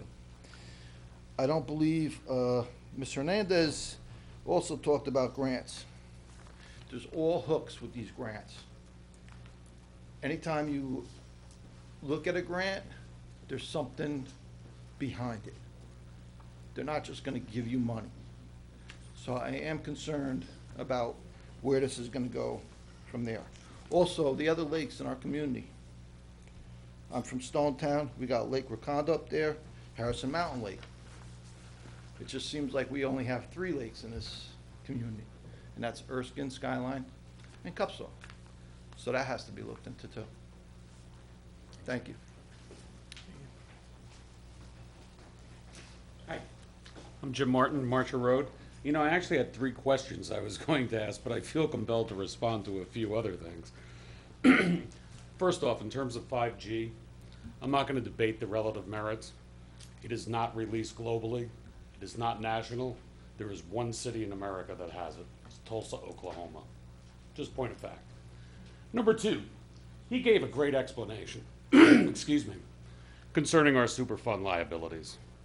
We should take to heart what he's talking about, and we should give it some very serious consideration. Which leads me to my other questions. Oh, by the way, I'm failing to see the conflict of interest on Cupsaw Lake.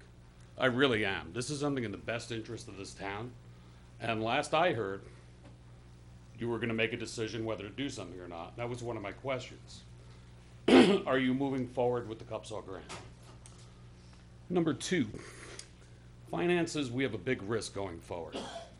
Between our environmental concerns, our tax base, and hearing you use the words financial death spiral. Do we have a 5-year plan? Because currently on our website, the last one is dated June 11th of 2012. I would think something like a 5-year plan we'd refresh every year, not wait this long. I got some in my throat, I'm sorry. My other question was about the auditors. I hear they're here tonight. Hopefully we'll hear from them soon. But grants are something we should be looking at and pursuing because we don't have a lot of opportunity for new ratables. We don't have the ability to raise taxes very much more on our homeowners. We should be engaging with the state, the Highlands, and any organization willing to give us money. Saying no to this and categorically turning our back, it's bad business. Running a town is a business, no matter how you look at it. We have a history of not engaging with these entities. It is in our best interest to do so, and I urge you guys to look at it further and deeper and get a good understanding of what strings could be attached. Your point's good, because nobody just gives money away. However, our government's great at doing that. It's given money to the state, to the county. Let's take some of it. Why leave it for everybody else and we're not taking it? If we are truly in a financial death spiral, let's look for new sources of revenue. Let's look at our master plan and revise it so it's something that is tenable over the next 5 years. Having one that's just sitting on our website that's 7 years old, what's the point? It's a 5-year plan. Even if it was a great plan, it's 2 years old, expired.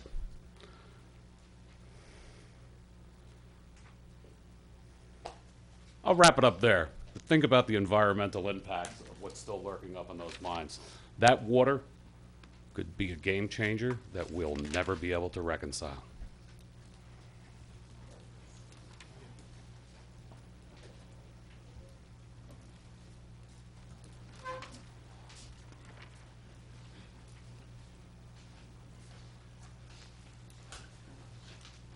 Hi, I'm Jan Hawk from High Mountain Road in Skyline Lake area. And I was just wondering if the town was ever contacted by the FAA regarding the Next Gen project they were working on. What that's about is the Next Generation Air Transportation System redesign of the air traffic to improve safety and efficiency by concentrating aircrafts into a more narrower pathways. Began the early 2000s, I believe. And it's now coming towards the end of this, and it's 2021 or 2025. Mawa fought, and I believe they won over changes that they were going to try and shift a lot of the traffic over the Route 17 corridor. And maybe because they won, it's now coming over our area, and these planes are flying very low, very frequent.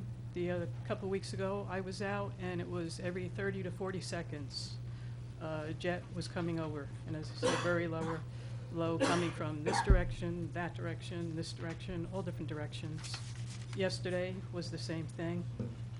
I talked with Kelly about 4 years ago or so. You know, I had mentioned to her about this increase of traffic.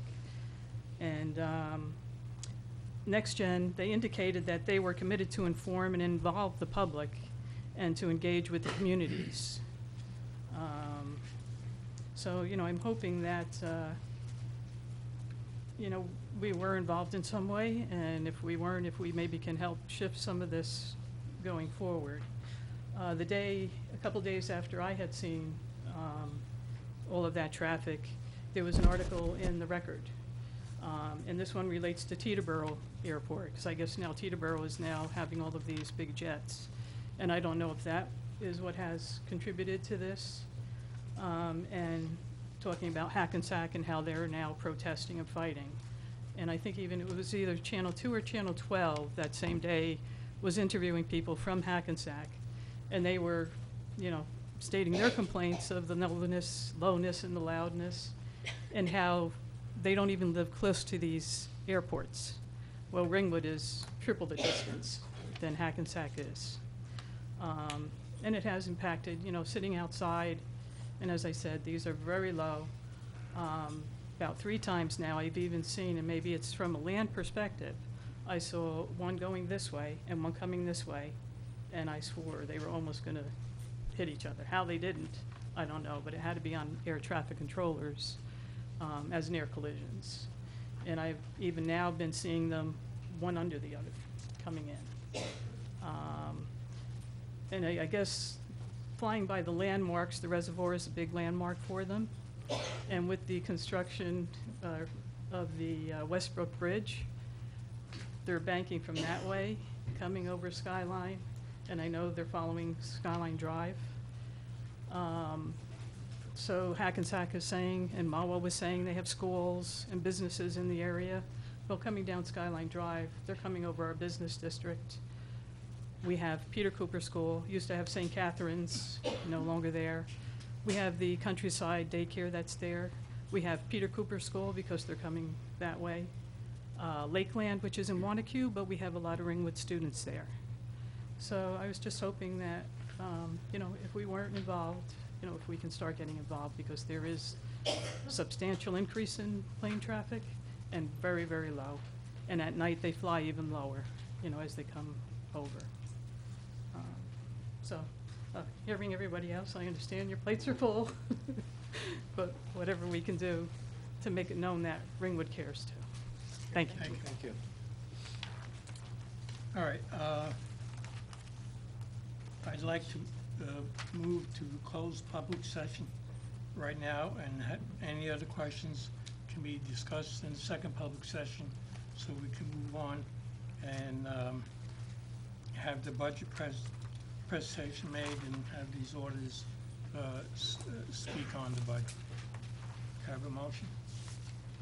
So moved. I'll second. Roll call? Mayor Martucci? Yes. Deputy Mayor Noonan? Yes. Councilmembers Bolton? Yes. Davison? Yes. Moretti? Yes. O'Keefe? Yes. Beer? Yes.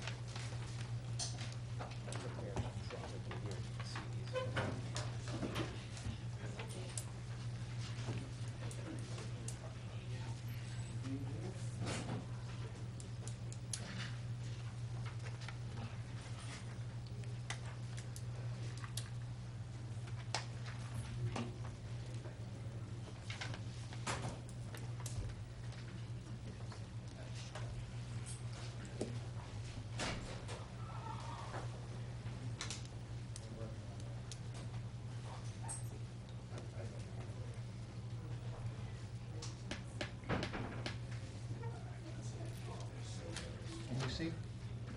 That Barry?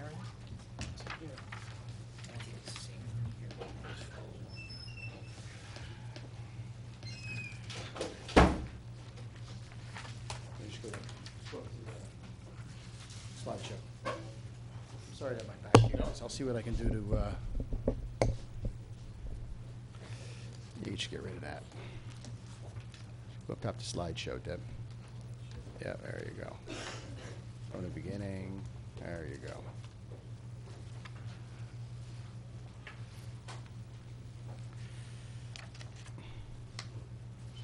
Okay. Mayor, at your places I have the same presentation, so I apologize if I went back to you. And I'm sure I'll respond later to a few of the comments in the public portion, but I think this is probably the more important part of this evening's purposes. This is basically the breakdown. October, the department, we got the department requests and the public hearings on started in the process. January and February, we did draft presentations to mayor and council. We did some public review as well, and this is just the process in which we followed. I put it in there so that everybody has some understanding of the time in which you guys and the borough administration put into the budget. So go ahead, Dan. So the 2019 operating budget as introduced is $16,418,457.39. This is an operational increase of $453,837.18, and we're going to take you through and explain some of the reasons why there are these increases. This is some additional revenues that we had from 19: clean communities, tonnage grants, interest on investments, which is a joke, sale of recycling materials, and vacant property fee. And vacant property fee is something new. Debbie and I encouraged the council on 3 different occasions to have a vacant property fee because there's a real expense. The residents need to know who to contact. We have to respond to a lot of problems at these homes, water running out of them, sump pumps affecting other neighbors, high grass. So we imposed a fee like everybody else has done. To date, we have received $106,000 this year. This will all be on the website, sir. You won't have to necessarily take pictures unless you want to, but it will be available. So anyway, $106,000 is the revenue this year that we've received to date. So additional revenue is $247,858. We're trying to do everything we can to generate some additional revenues. Shared services. What is a shared service? Our employees are providing services to other towns for a fee to those towns that we bring into the town. Oh, what'd you do, Deb?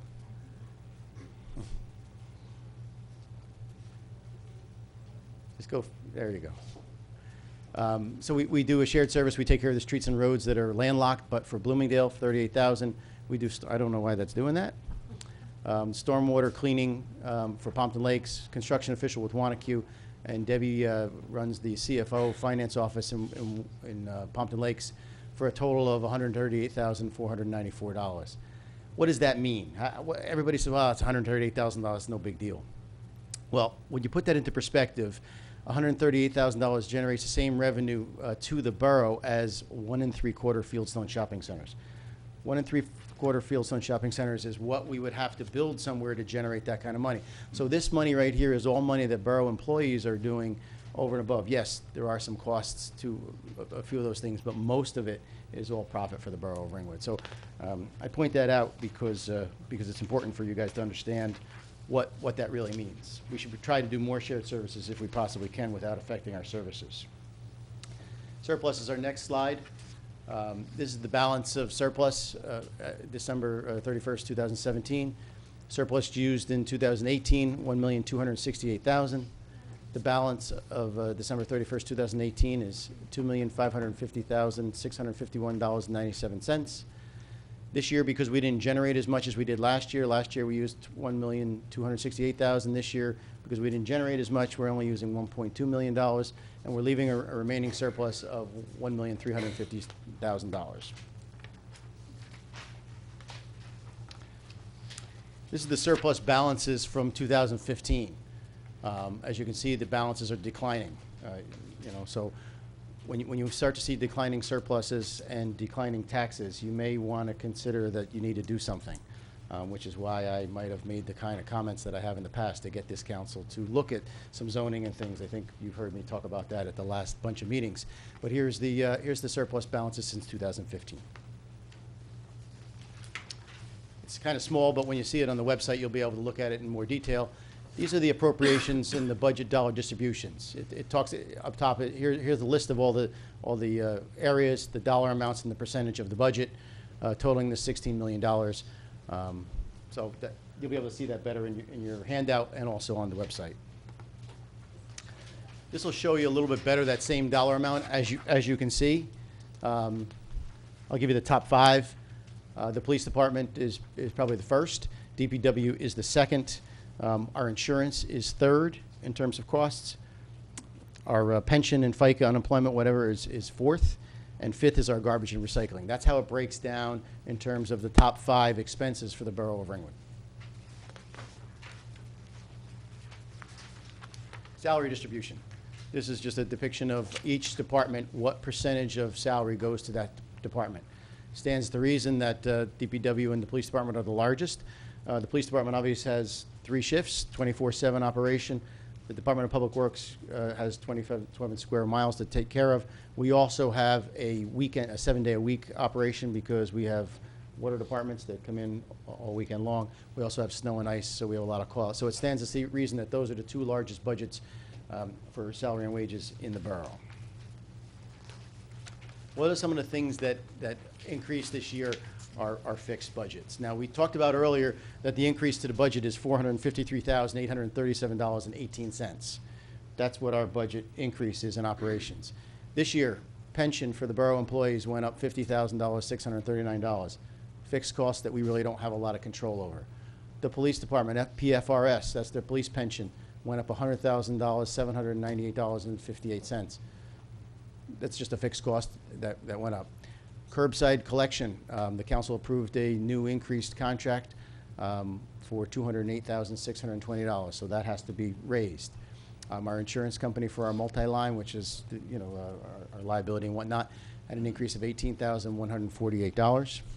I remind you that we went out for insurance quotes, I think 2 years ago, and we shopped it competitively, and we received about a $237,000 decrease in shopping for our insurance. So we're going to also do that as we move forward. Healthcare went up, even though our employees are down, went up about $49,808. So as you can see, our budget went up $453,000, and right here in just these list of items, it went up $428,000. What does that mean? Everybody got increases, so we're working with less people here and less operational talent, because for us to not have the whole budget gone up by that amount and this much absorbing those things tells you that we're doing here more with less. Here's how the healthcare breaks down. Healthcare costs are $1.6 million. Employee contributions are $256,000. We have 19 employees who opt out. The savings for them opting out is $371,000, almost $372,000. We pay a waiver for people to opt out up to a $5,000 cap according to state laws. So that's a total of $86,000. So we're realizing additional $285,000 in savings by this opt-out program that we put into place several years ago.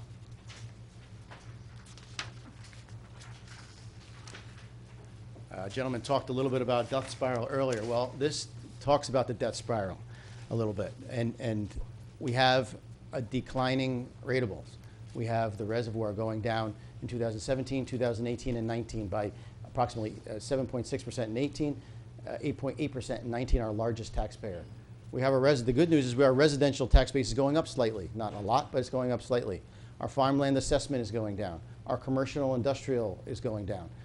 So when you look at the two to 3 year comparison, we're not going in the right way. We have a $9 million shortfall in where our revenue was in 2017. So when your revenues are going down and your expenses are going up, that is the definition of it's time to do something, which is why I suggested we all get together, compromise, and look at some zoning issues so that we can address these things.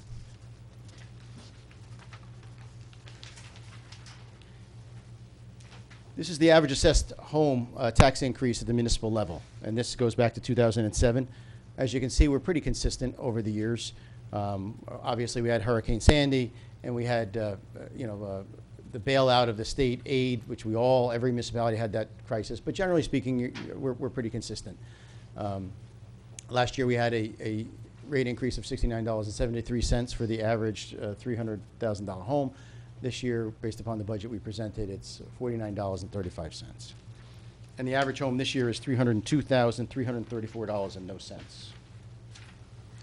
In this budget, I'm suggesting that we pay off the PCA bond payment savings. This is stuff that the council bonded and borrowed in 2005 through 2007. The total payoff is $2,972,000, which would include this year's payment. The total savings in interest for years, we've already paid some of the interest this year, so we can't recapture all of it. The interest savings between 2020 and 2024 for paying off this note is $453,100. Significant savings. I think you can call that 5-year planning. The PCIA bond payment totals. This is what you would have to pay in 19. Here's the total payment. 19 would be $448,000. 20 would be $510,000. 21 would be $518,000. 22, it radically jumps up to $723,000. 2023 goes up to $694,000, and then 2024 is $677,000. So you have $3.5 million worth of payments that are due on these PCIA bond notes.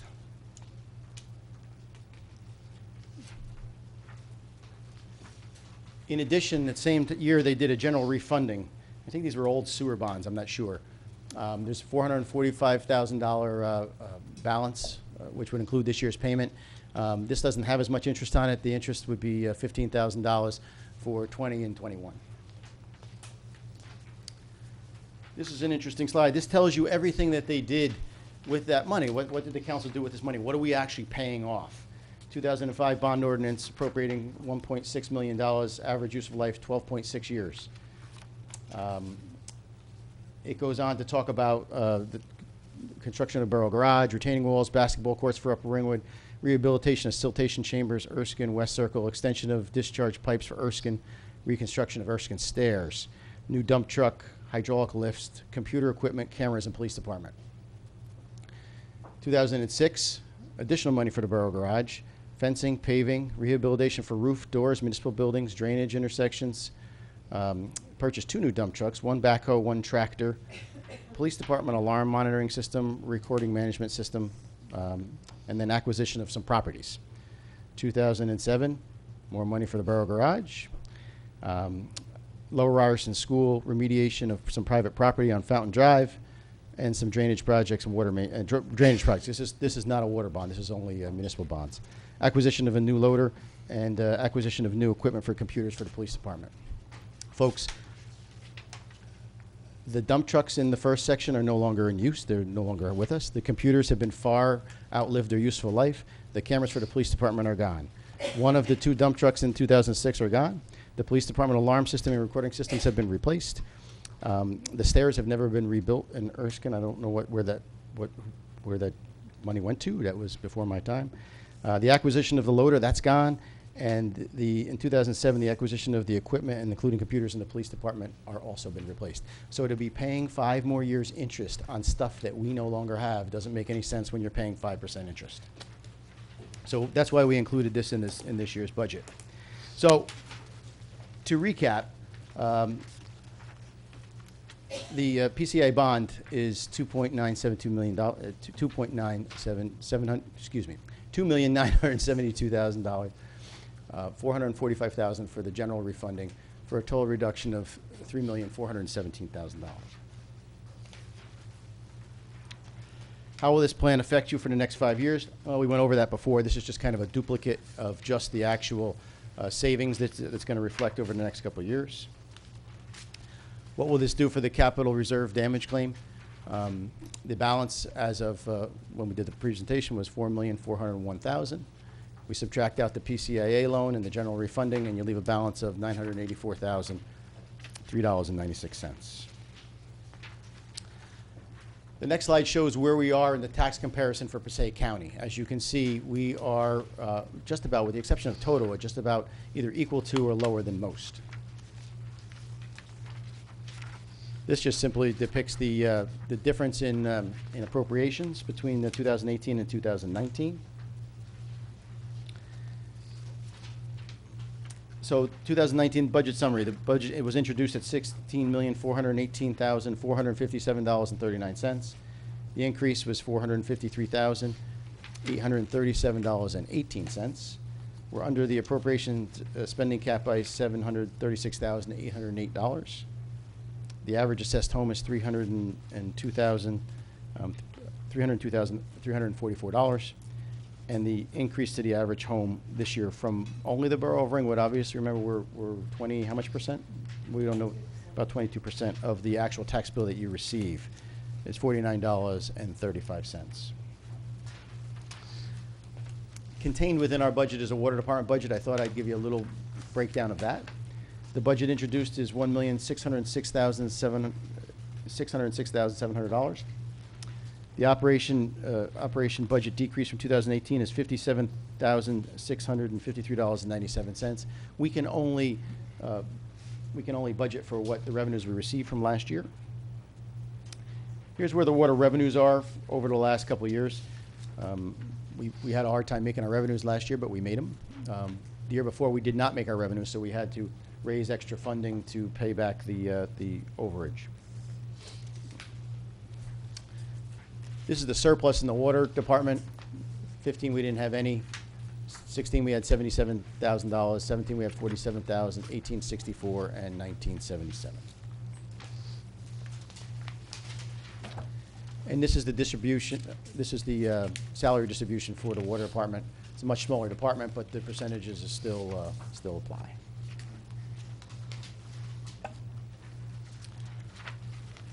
So, Mayor, I know the evening's gotten late, so if you have any questions, I certainly would be happy to answer them. Give me that one.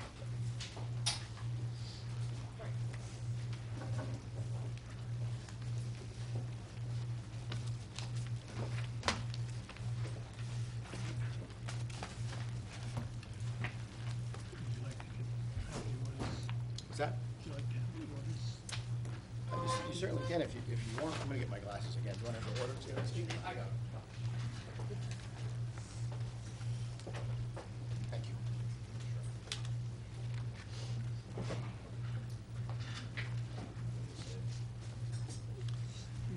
Sure.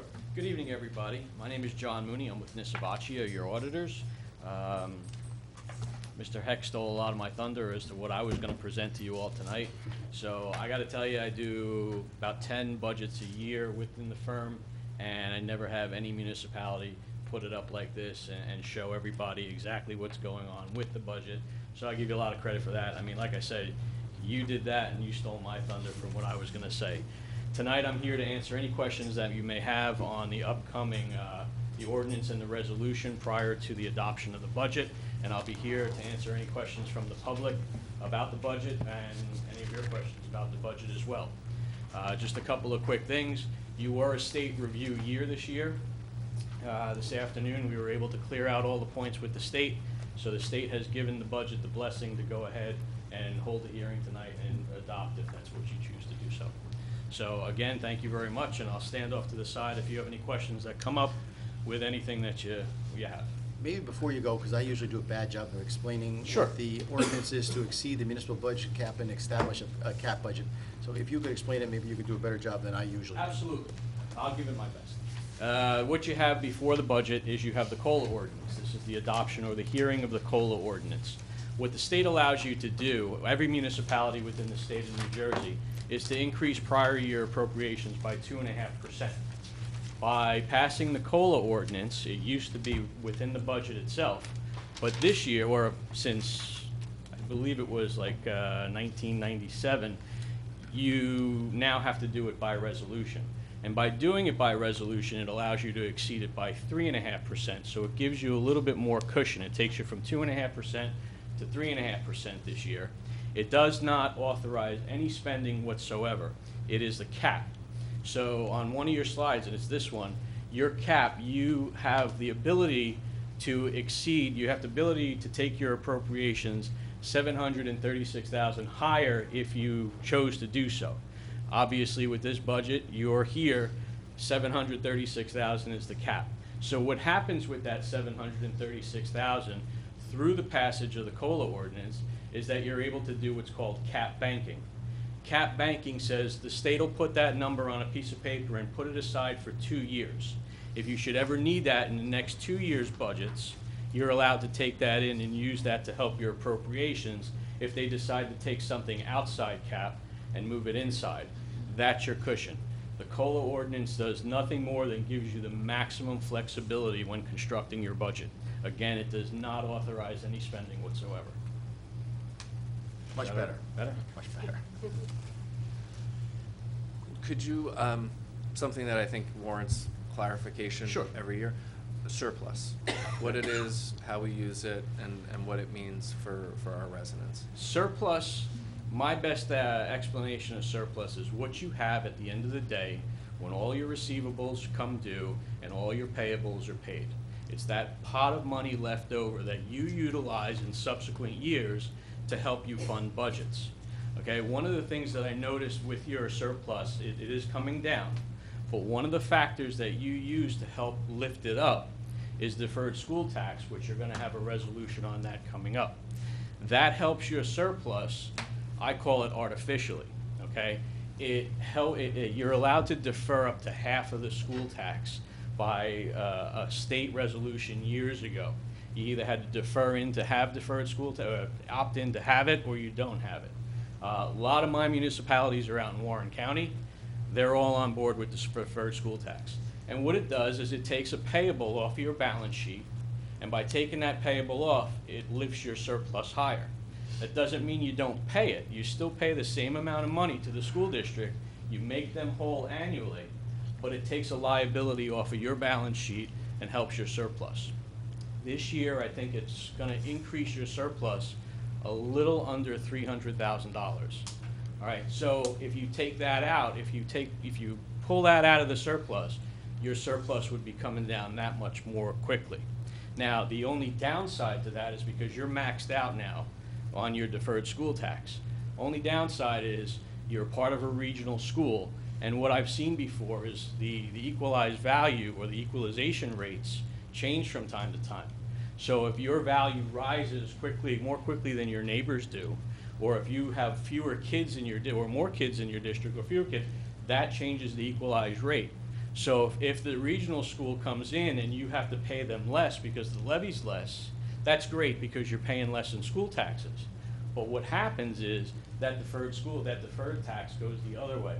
And now you're gonna have to take it out of your fund balance because your deferred school tax is going the opposite way and you're not able to use that anymore as a buffer. So I just keep that in mind going forward. What's also good to look at is the debt of the school districts, because if a large portion of your tax payment to the school is to pay down their debt that they hold, if their debt goes away, if you're in your last year, you know, that $500,000 that they were raising annually to pay off serial bonds, if that's no longer there, your taxpayers get the break. There's no more $500,000 to pay. But it could hurt you with your deferred school tax, being that you're at the max. Just something to keep in mind. You notice that when Debbie and I look at the surplus that we retire into the surplus at the end of the year when we close out all the books. Right. So like this year, you notice that I dropped down the amount of surplus used by $68,000 because that's how much money we put back in. Correct. I look at the surplus as a fictitious number because half of that is not our money. Half of that really is technically the school. So we really only budget on what we anticipate in terms of what we realized last year. Right. And one of the things that I do with all my municipalities, and I tell them, don't put more surplus into this year's budget than you gained back last year. Right. You gained the 12.6 million was last year. 12 million was in. It was a $68,000 difference. Thank you. Yes. Okay. That's what I was getting at. You knew what I was getting at, so you articulate that one better. But yes. Yeah. So that we use that as same example. Is that good? Great. Okay. Better than Scott. In terms of comparisons to other municipalities, I know this is your first year Right. partnering with us and reviewing.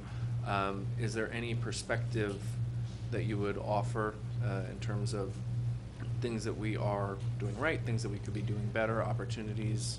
We for haven't improvement? come in to do the audit for 2019. That's the first audit that we're gonna do. So we're coming in kind of after the fact. You're still being audited by your former auditors, so we're in kind of a strange period right now. We take care of the 19 budget and the 19 audit.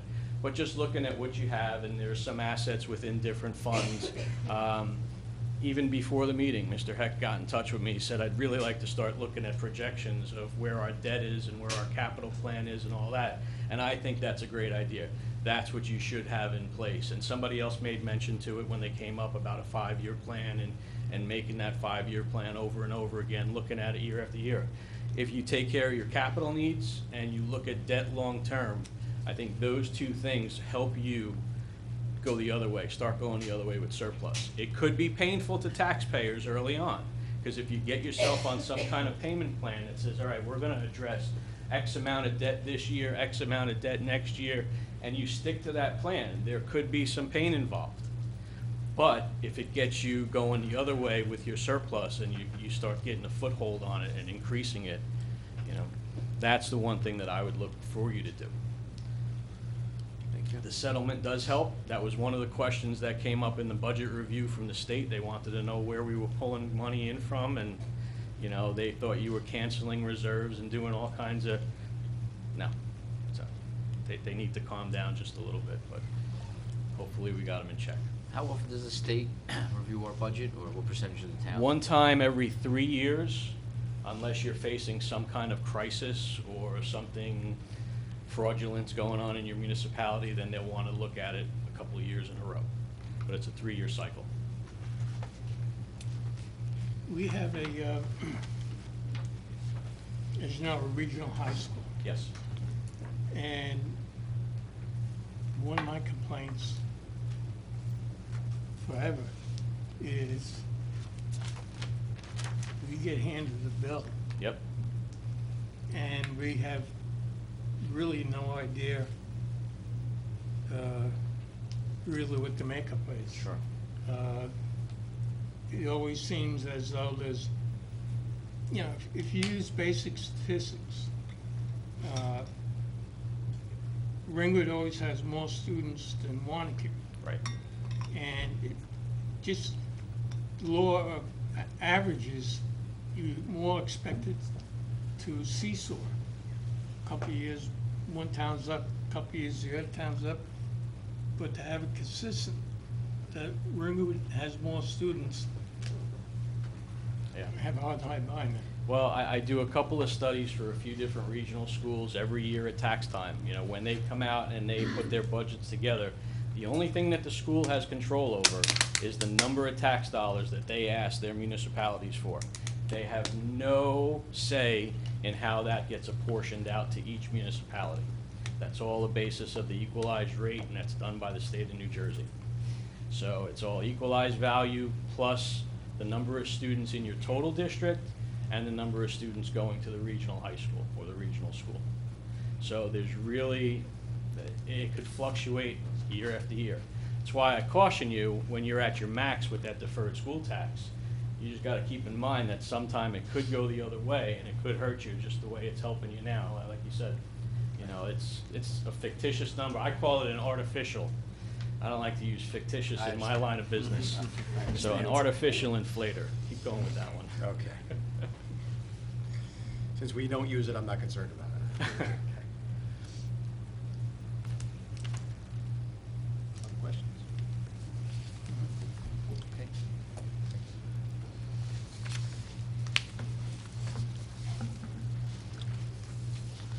So does anybody from the audience have a question on the budget? You want to take it step at a time and do the full ordinance first? Yeah, we'll go back to the beginning and we'll go to Mayor Ordinance 2019-4. Can I just ask a couple Let me quick? read my what's that? Sorry, I didn't have any further questions for the auditor, but I just had a couple of general questions. So, the Erskine stairs were never built. What are the Erskine discharge pipes? I don't in know, that's what reference was in the to? bond ordinances, that's, I'm not sure, but somebody had asked me what was in the ordinances, so I put it in there. Oh, no, it was totally helpful. So then I'm guessing the rock remediation of 33 Fountain, we also don't know. No, that was what done, that was done. What was that for private property? That was some rocks falling from one property to another property, and I guess the town remediated the rocks somehow. And then just regarding the garbage contract, to clarify, I don't confirm my memory, maybe I'm wrong. I want to say we only got one bid back. Is that We only correct? received one bid. The options were throw the bids out and rebid, throw out some of the extra options, or go with the full complement, which is what the council ultimately did. I just wanted to confirm. Are you ready to proceed on the ordinance? Yes. Okay, okay, motion to read 2019-04 by title, please. So moved. Second. Roll call.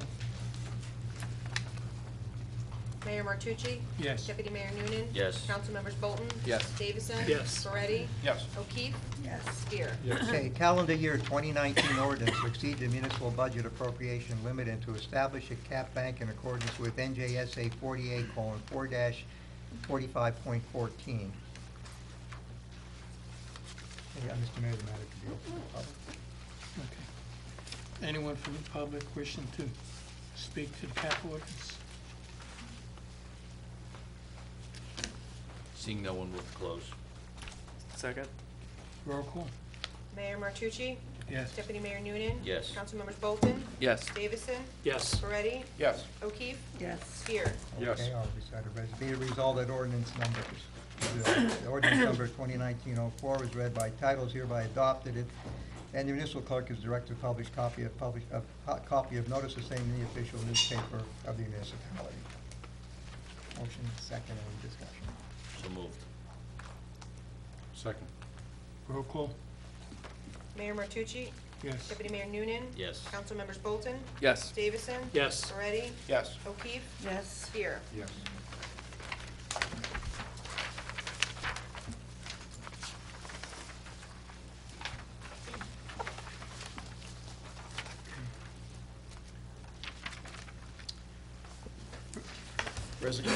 Let me read these, Mayor, because I know you're losing your voice. Yes, please. Resolution number 2019-112, authorize increase to deferred school taxes. So moved. Do we have a second? Second. Roll call. Mayor Martucci? Yes. Deputy Mayor Noonan? Yes. Councilmembers Bolton? Yes. Davison? Yes. Moretti? Yes. O'Keefe? Yes. Spear? Yes. Mayor, next is the hearing on the 2019 municipal budget, Resolution 2019-102, which is the adoption of the actual municipal budget. You can open it up to the public for hearing. Anyone wishing to speak to the budget? Questions?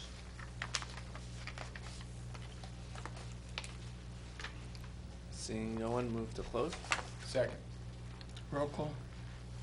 Mayor Martucci? Yes. Deputy Mayor Noonan? Yes. Councilmembers Bolton? Yes. Moretti? Yes. Davison? Yes. O'Keefe? Spear? Yes. Okay.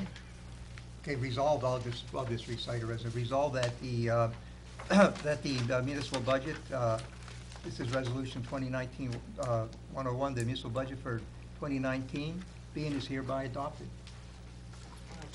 Or 102, I'm sorry. Okay. So moved. Oh, wait. Do we need another motion, Mr. Do we Vivek? need another motion? Yes. Second. I recited the resolution, motion, please. So moved. Second. Roll call. Mayor Martucci? Yes. Deputy Mayor Noonan? Yes. Councilmembers Bolton? Briefly, I think everybody knows that this was not the budget that I have wanted to introduce, but I will say that it is the budget that we have, and I think it's important that we move forward with it and not disrupt business, and so I will say yes. Davison? Yes. Moretti? Same as Mr. Bolton. Yes. O'Keefe? No. Spear? Yes. Thank you very much, everybody. Okay, thank you. Thank you, John. Thanks for covering for Bud. He's got a 2-hour ride home because Mr. Bud is away. Yes. Bud Jones is away, so he's covering. So, thank you, guys. Yes, he does. Thank you guys for your help. with Thank you budget very as well. much. Thank you. Make it a big bottle and a nice bottle.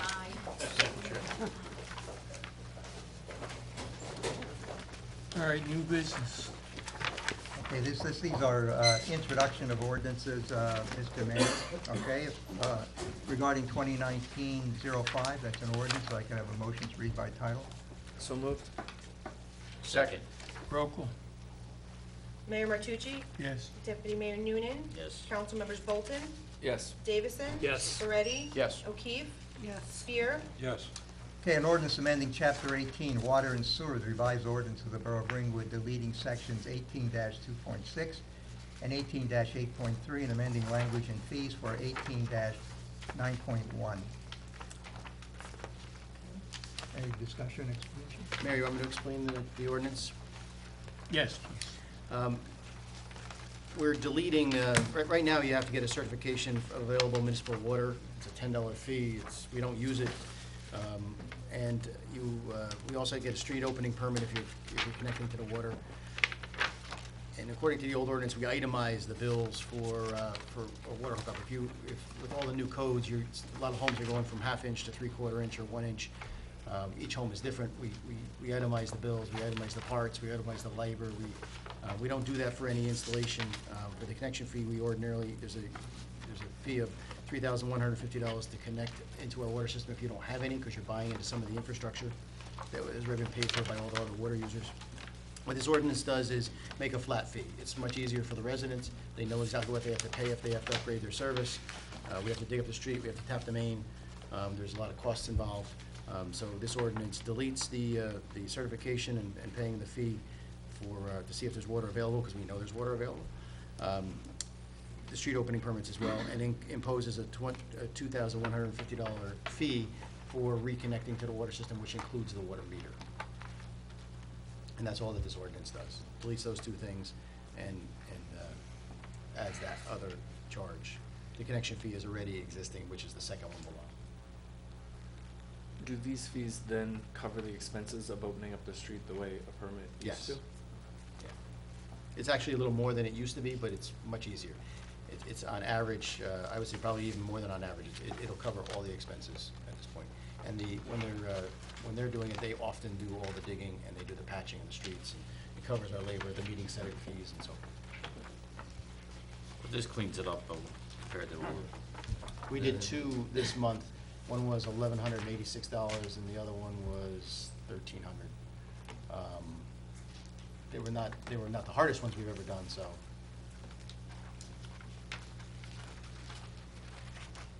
The biggest complaint that I get from people is, you can't tell me in advance how much it's gonna be, and I say it's underground. We can't exactly tell you until we know what we use. We can give you estimates, but, you don't know what you're gonna run into until you see what you're.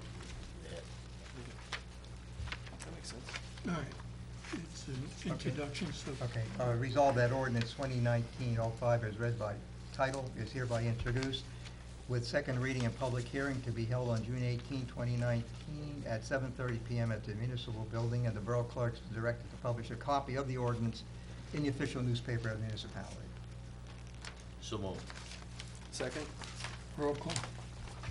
Mayor Martucci? Yes. Deputy Mayor Noonan? Yes. Councilmembers Bolton? Yes. Davison? Yes. Moretti? Yes. O'Keefe? Yes. Spear? Yes. Okay, can I have a motion to read by title 2019-06? So moved? Second. Roll call. Mayor Martucci? Yes. Deputy Mayor Noonan? Yes. Councilmembers Bolton? Yes. Davison? Yes. Moretti? Yes. O'Keefe?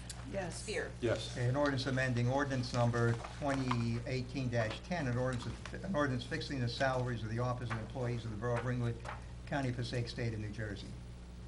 Scott? Yeah, this is an ordinance, we settled the contracts with the chief of police, the captain, and the lieutenant, and we authorized those contracts. We have to have a salary ordinance to actually pay them that dollar amount. This is an introduction of for 2018 and 2019 for the chief of police, the captain, and the lieutenant. And it mirrors their contracts. I'll move it. Second. Roll call. Mayor Martucci? Yes. Deputy Mayor Noonan? Yes. Councilmembers Bolton? Yes. Davison? Yes. Moretti? Yes. O'Keefe? Yes. Spear? Yes. The contracts weren't in your book because I emailed them to all you people, all you folks last week.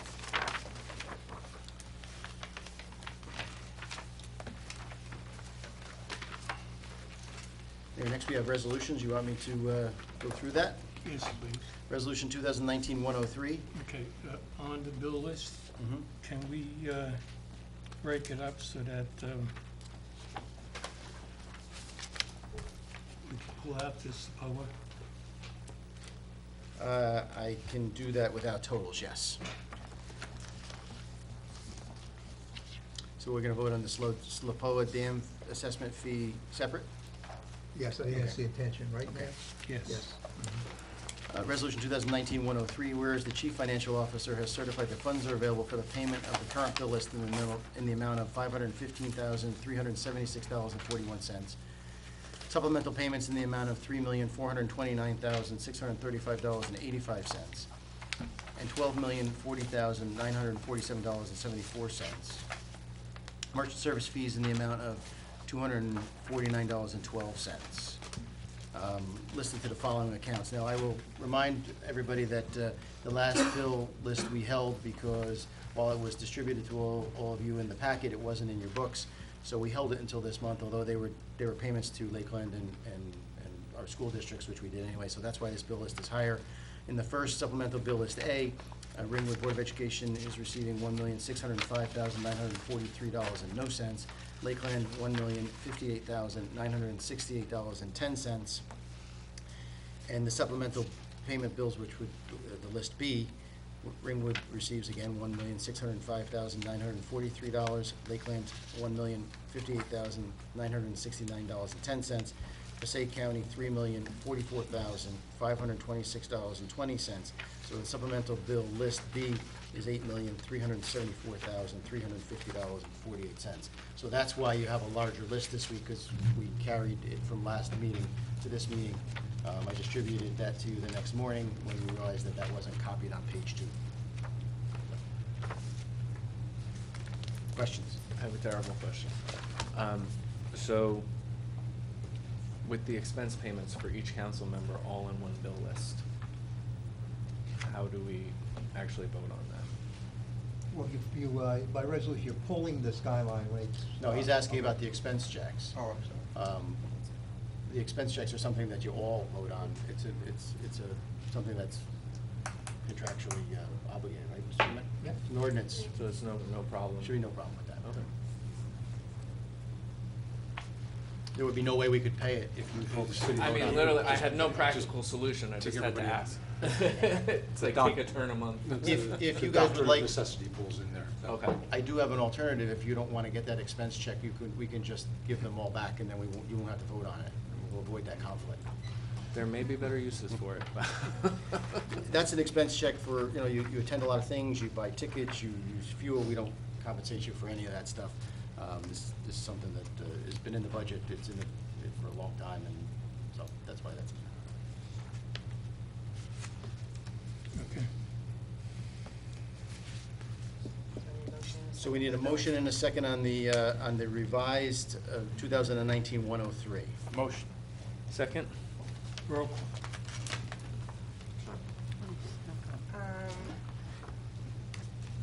Mayor Martucci? Yes. Deputy Mayor Noonan? Yes.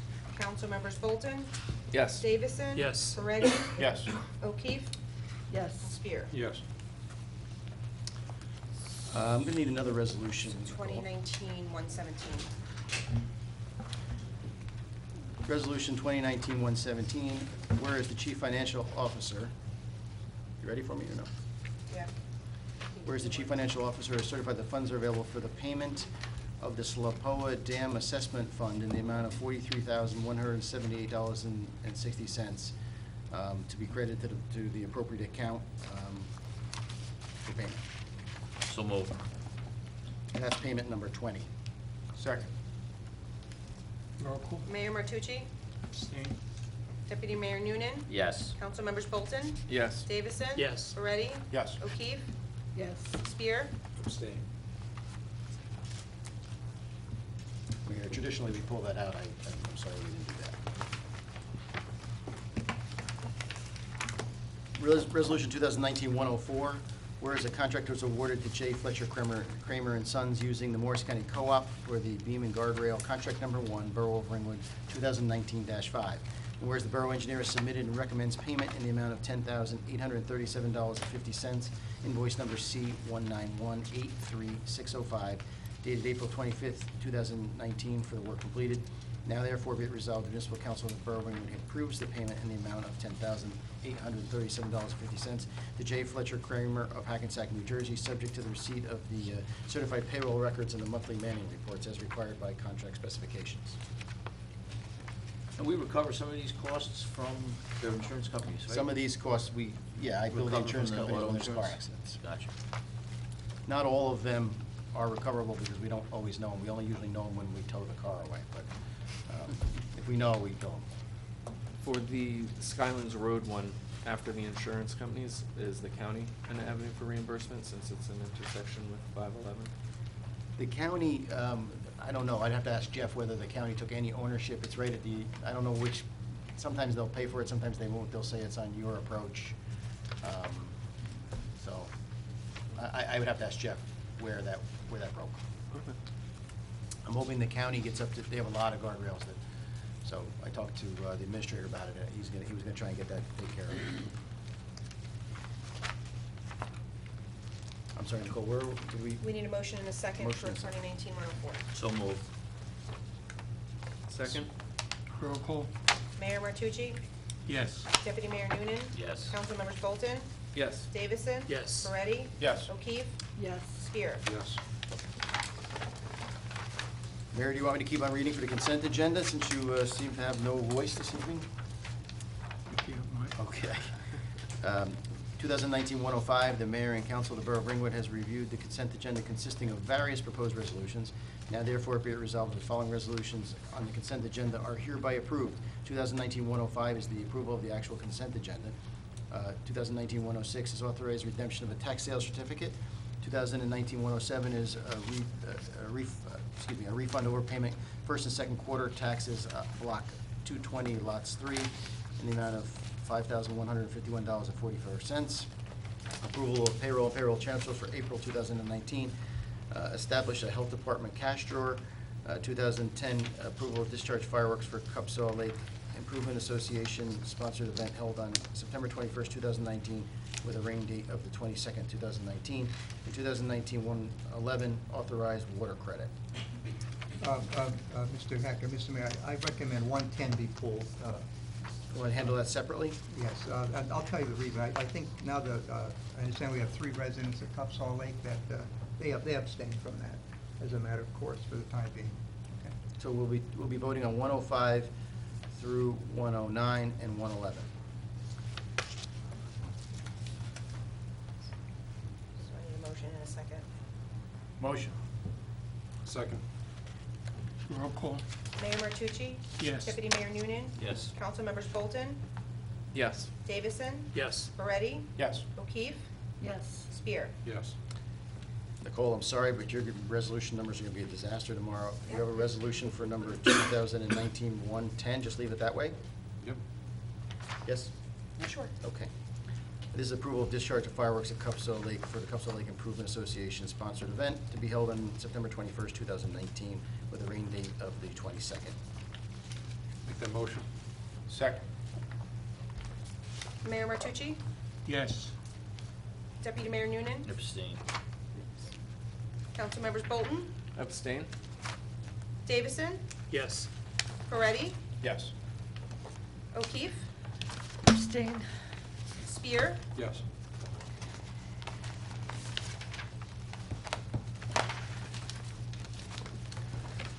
Okay, Mayor, Resolution 2019-113, this is the manager's point, which I only have a few quick items this evening, and I have executive session.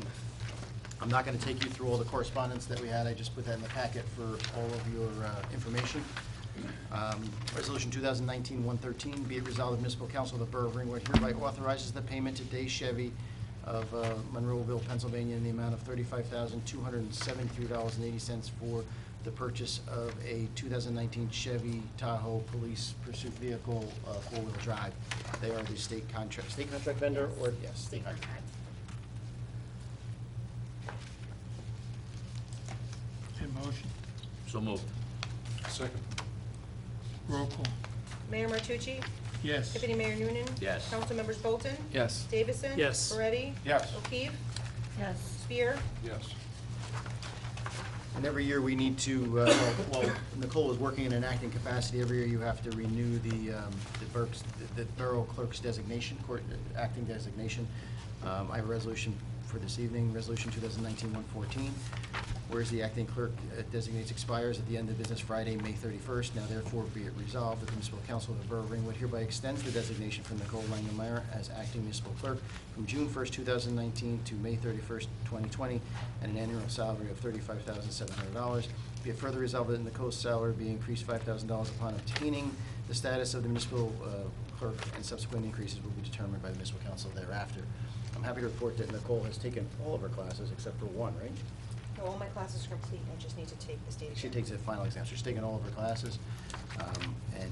This is just a yearly update, and I wanted to get it on the agenda because I don't ever want to do that again. Motion. I think we should base it on her Memorial Day presentation. Oh, boy. 5 stars. Second. Roll call. Mayor Martucci? Yes. Deputy Mayor Noonan? Yes. Councilmembers Bolton? Yes. Davison? Yes. Moretti? Yes. O'Keefe? Yes. Spear? Yes. The only other thing that I'm going to talk about very briefly is we're going to have a scheduled shutdown of our water system tomorrow night at probably 12 o'clock. We have a valve on our coming out of our water tank, our main feed to the entire borough that needs replacement. So we're gonna come in at night. You're gonna see some activity on Skyline Drive. We're gonna have some light towers and some equipment there. We're gonna change that valve out, and so the people will lose a little bit of water pressure. We're doing it at night because if we did it during the day, we would have to shut down. Daycares have to have water. The restaurants have to have water. Stop and Shop has to have water. The bars have to have water. Might need that after tonight. And so we're going to do it in the middle of the night, and we're going to change that valve out. We may get a little bit of brown water out of it because we're changing a rather large component inside that vault. We're going to flush it out and do the best we can to mitigate that brown water, but it's an integral part of our system, and it's been giving us a hard time for quite some time. So before the summer demand, we would like to get that changed. We're going to do a reverse 911 as well as put it on our website. Don't take a shower at 1 a.m. You can take a shower at 1 a.m., but you may not get the soap off. Probably depends on where you are. You're also going to get another letter in the mail on May 5th and May 4th. North Jersey District Water Supply Commission had a turbidity violation. They had too much particles in their water, based upon whatever standard they do. And because they had that violation, they have to notify a million customers that they have this violation. We don't use very much water from the reservoir at this time of the year. I talked to this expense for us. We have to mail a letter to every Ringwood resident and explain to them that you didn't get any of this water, but there was this violation, so therefore we have to publicly notify you. So it's probably a $3,000 expense for nothing, but it's a requirement. Why do we have to pay that as opposed to them? Well, we're going to talk to the reservoir to see if they will, but it's a requirement of our water license that we notify the public. Now, whether we can get them to pay for it or not, we're going to work on that. But in the meantime, they're going to get a letter that says, our Beatty Lane well pumped, and I'm going to make these numbers up, but they're very close, 350,000 gallons each day on May 4th and May 5th. Our interconnection, probably through a minor bypass leak, used 3,000 gallons each day. But because they say if you used a pint of it, even though 350,000 versus I mean, nobody drank that water. It's insane. We have to send a letter out. So anybody should not be alarmed. Most of our water comes from our well anyway, but we're required to send that notice out. So we will be doing that because it's not worth the violation to not notify. So that's what we're going to do. And you should be getting that in the next week or so. So those are the two things for water, and I have nothing else for this evening, unless you folks have something for me. The solar cap project, we have to apply by September, I understand, right? If we're gonna go for it, decision has to be made by the council by September. They actually have to apply, but he called me today to talk about some different options. He was meeting with the Highlands Council, he's gonna call back tomorrow. So, yeah, I think sometime this summer, you're gonna have to make a decision whether, if in fact, you're gonna move forward with that. He told me Steve Leitner is gonna come back and make a presentation with a little bit more details. Will that be in June with the presentation? When I talk to him tomorrow, I'm sure he'll give me the date of that. So, Okay, I just wanna make sure it doesn't slip through the cracks and we're ready to go. yeah, I agree, and I think if that project works out, I think it'll be positive for a lot of the folks of the town. Hey, Scott? Yes. How are they doing on the drainage on Judith Ann? We completed the drainage on Judith, and because Public Service was gonna come in and change a lot of the piping, the gas lines. So they were gonna tear the road up anyway. So there was some drainage issues there were some concerns, and so they were gonna tear the road up. We went ahead of them and put a lot of drainage in. So our aspect of it is complete. They're now putting in their gas lines, which, and then when that's done, we're gonna put in new curbing in the sections where we ripped the curbing out. We have one more spot, I think, on Joseph. Is it Joseph that's at the end of Catherine Court? Marcia and Joseph and there's one spot that is still leaking. We're gonna put a little bit of drainage in there because there's no sense paving that road with one house that's leaking out onto the street. We did a water sample to make sure there was no bacteria in it from the septic system. I wanna make sure it's groundwater, and if in fact that passes, then we will tie that in, and then, as we talked about last year, PSA&G is only paving half the road. I, in good conscience, cannot allow us to pay half a road, so we're gonna eat the cost on the other half, contained in this year's budget, but that should be paved, hopefully within the next month or two. So, they're not putting gas mains in at any record pace, so. I can't imagine they are. Attorney? Yeah, just one comment. You have a resolution coming up supporting Assembly Bill 5137. That is to put a moratorium on affordable housing litigation through the end of next year. I think you ought to support that. As you know, right now, the judiciary is controlling and directing all of affordable housing. This bill would put it back into the Council on Affordable Housing, which is established by the legislature as an administrative body. It would prepare I think in a more neutral fashion, obligations of municipalities. It wouldn't have to be through constant litigation. And this was the procedure for decades until 2015. So I do strongly recommend you support that resolution.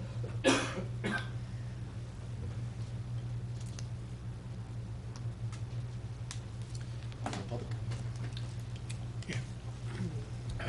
Anyone wishing to speak for the second public portion? Hold on a second, I'm sorry. Did we want to do the 2019-115 now, resolution? Oh, you're gonna We'll do it do that after under the mayor close. and council. It's listed under mayor and council.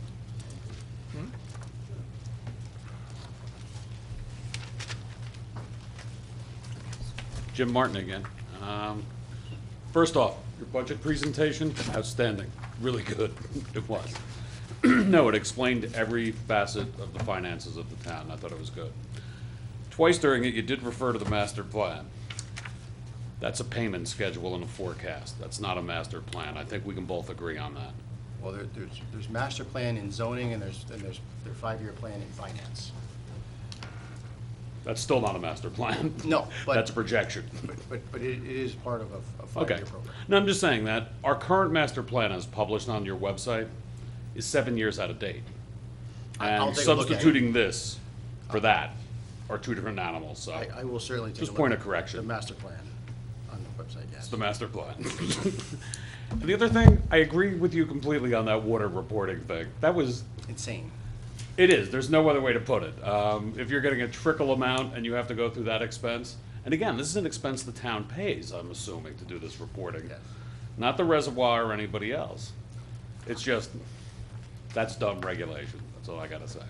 But just wanted to make that one point about the master plan. I'll take a look at it on the website.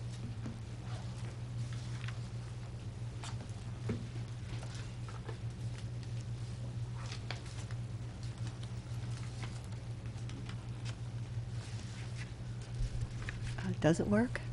Yes. Okay. Bank Control, 24 High Point Lane.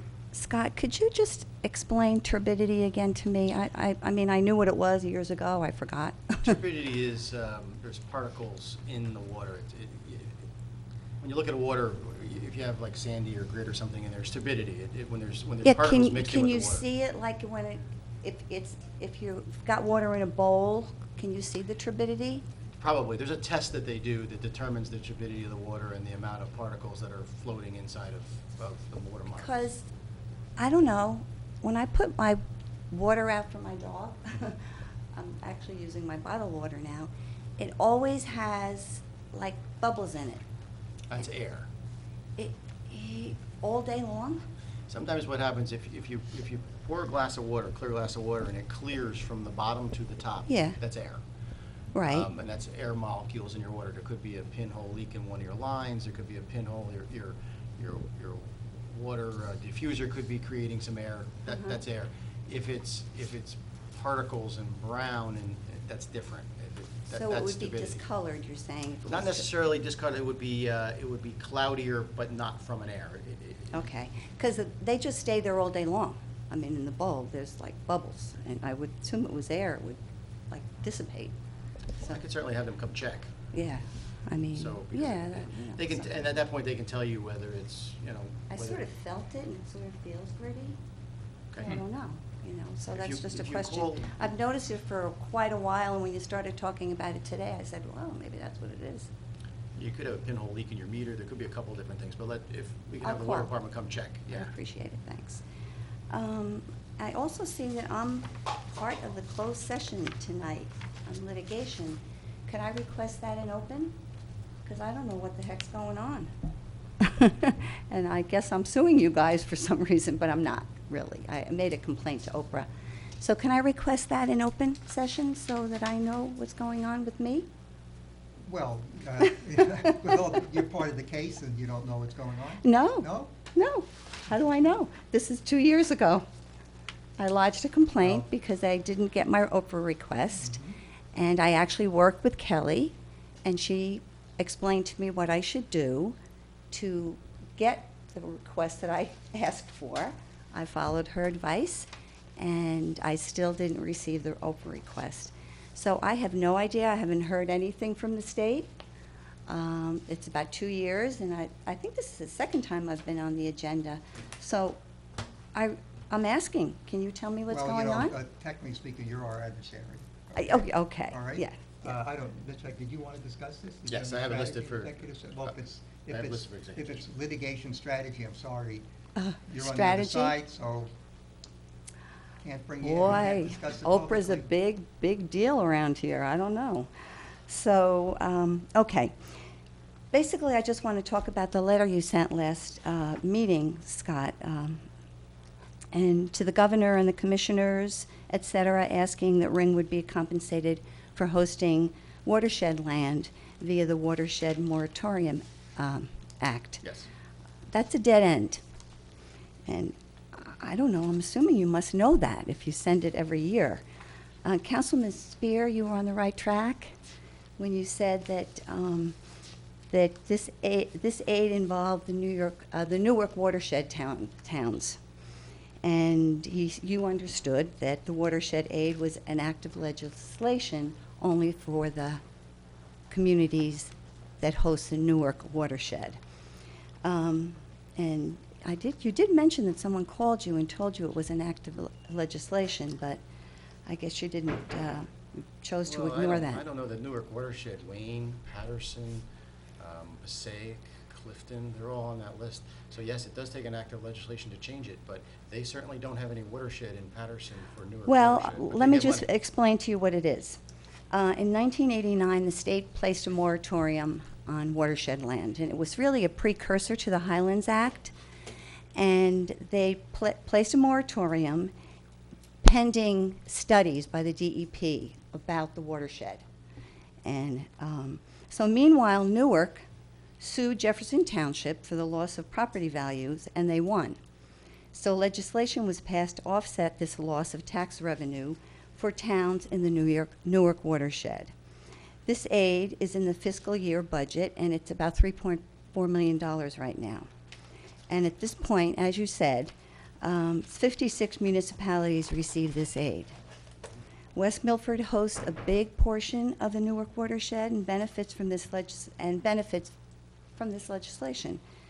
And if a town receives extraordinary aid, they don't receive moratorium aid. So that's part of the legislation also. North Jersey, even though they were also placed under the moratorium by the state, they never sued Ringwood for the loss of land value because of the moratorium or because of the Highlands Act. So North Jersey appealed Ringwood and Wanacue taxes because they were overassessed. And this appeal goes back to 2010 for Ringwood and 2013 for Wanacue. But settlement, which was just this past year, with New Jersey was not retroactive, luckily. So it was going forward, which you talked about, the decreases it's going to go over the years. But it had nothing to do with the Highlands Act. It was because of overassessment. And another interesting thing, while I was researching all this, and I had really heard about the Watershed Moratorium Act, and I talked to Carl Richko about it. He's chair of the Highlands Council. And I came across the fact that there are 2 bills pending in the legislature in New Jersey, in the Assembly and in the Senate. Assembly Bill 223 and Senate Bill 201, I think, 2020, I think it is. And when the Highlands Act was passed in 2004, in the act, they set up a tax stabilization board, and they also appointed 3 people to be a part of that board. So what happened was the former governor redirected the land that was in that tax stabilization via the Highlands Act. And so the board disbanded, and it no longer exists. But these 2 bills are asking for that to be reinstated. And I think that's a good idea for Ringwood, because basically the synopsis of the bill is it provides direct property tax relief from the Highlands Property Tax Stabilization Fund. So it's Assembly Bill 223 and actually Senate Bill number 2022. So I would ask that you guys reach out to our representatives out in Shapizi, ask them to support this, have it reinstated, because it's exactly what we need. We need to have. So in summary, Newark Watershed and 56 other municipalities. Oh, you're going, okay, because with Newark Watershed, yeah. Watershed sued for tax relief and received it. The Senate decided to pass a moratorium offset cost to compensate those communities. This is in the early 90s. Okay, Mhm. just let me get through this. So West Milford and all these other 56 municipalities get a yearly grant from the state of New Jersey. West Mhm. Milford, I think, gets $700,000 because to offset the costs of the watershed, Newark's watershed's loss of revenue to that municipality. Because Newark sued them. I'm gonna finish. Newark sued them. I let you Okay, speak. just You're remember, gonna they let- were sued. North Jersey District Water Supply Commission sues us in the form of a tax relief for them. Overassessment. I'm gonna really ask that you let me get through this. So North Jersey District Water Supply Commission sues us to reduce their taxes. Dick and I negotiate that they don't go back 7 years, we only go forward, which we did the best we could. So they wanted a 50% reduction, they only got, say a 25% reduction in their taxes, because their land value wasn't what it once was. So why is that any different? Why wouldn't we ask the governor at the very least to say, and all the senators, which I've asked for a couple of years, I would like us to be treated the same as Newark Watershed is with these other 56 municipalities. Why can't Ringwood, who is the host of the North Jersey District Water Supply Commission, there's only 2 towns that host the reservoir, why can't we also receive reimbursement from the state, as everybody else does, these other 56, like I mentioned, Wayne, Patterson, Passaic, Totowa, Little Falls. Because they don't have they- any reservoirs, but I'm because gonna- they were sued. I'm gonna finish this. Finish. We were sued by North Jersey. Was that not Yeah. a lawsuit for our tax appeal, Mr. Clement? Certainly was. It certainly was a lawsuit. So- Was it because so of I the thought it Highlands was Act? Similarly, I thought Was it my because of letter- the Highlands Act? Listen. I don't know who's on the floor right now. I'm gonna have the floor right now. So I merely ask the Senate and the governors and whoever, why can't we be treated the same? We are good stewards of the environment. We do everything we can to protect the water. We have a model stormwater management program. I merely ask them, if you want us to take care of your land in perpetuity, I ask you to pay for it in perpetuity. That's merely what that letter asked for, and I don't think that's an unreasonable request. Now, these Well, other then you bills ha- may also be very good bills. They are. I will take a look at them And I have a pull 'em out. copy for each of them. It's in exactly what you're asking. Makes sense to support them. And they are introduced by Republicans. And they are now in committee, in the environmental committees for the Senate and for the Assembly. I request that you lobby our representatives to support these bills and also to, in order to get to be part of the watershed moratorium aid, you have to have legislation. So if you want to be part of that, then you have to go down there and start lobbying and sue someone. I don't know what you're going to do, but that legislation has been around since the 90s. And that is not the correct way to go about getting the aid that you think, I think, residents in Ringwood think, should be compensated for hosting the water. And another, I think, idea would be for the council to forcefully lobby for a water user tax. That might be something that's is at its moment now, because people are worried about their taxes. They're worried about the fact that we do host the water. We protect our land. We are all, I am on board with that. I think it's a great thing for the people that live in Ringwood. But it's also a great thing for 3 million other people. So, but here are the legislators. I think Shapezi and Ott should be asked to support that and get it out of committee so it can be voted on. Mr. Klimek, is there a Mount Laurel lawsuit ongoing right now? Yes. In Ringwood? Okay. That's it. Thank you. Thank you.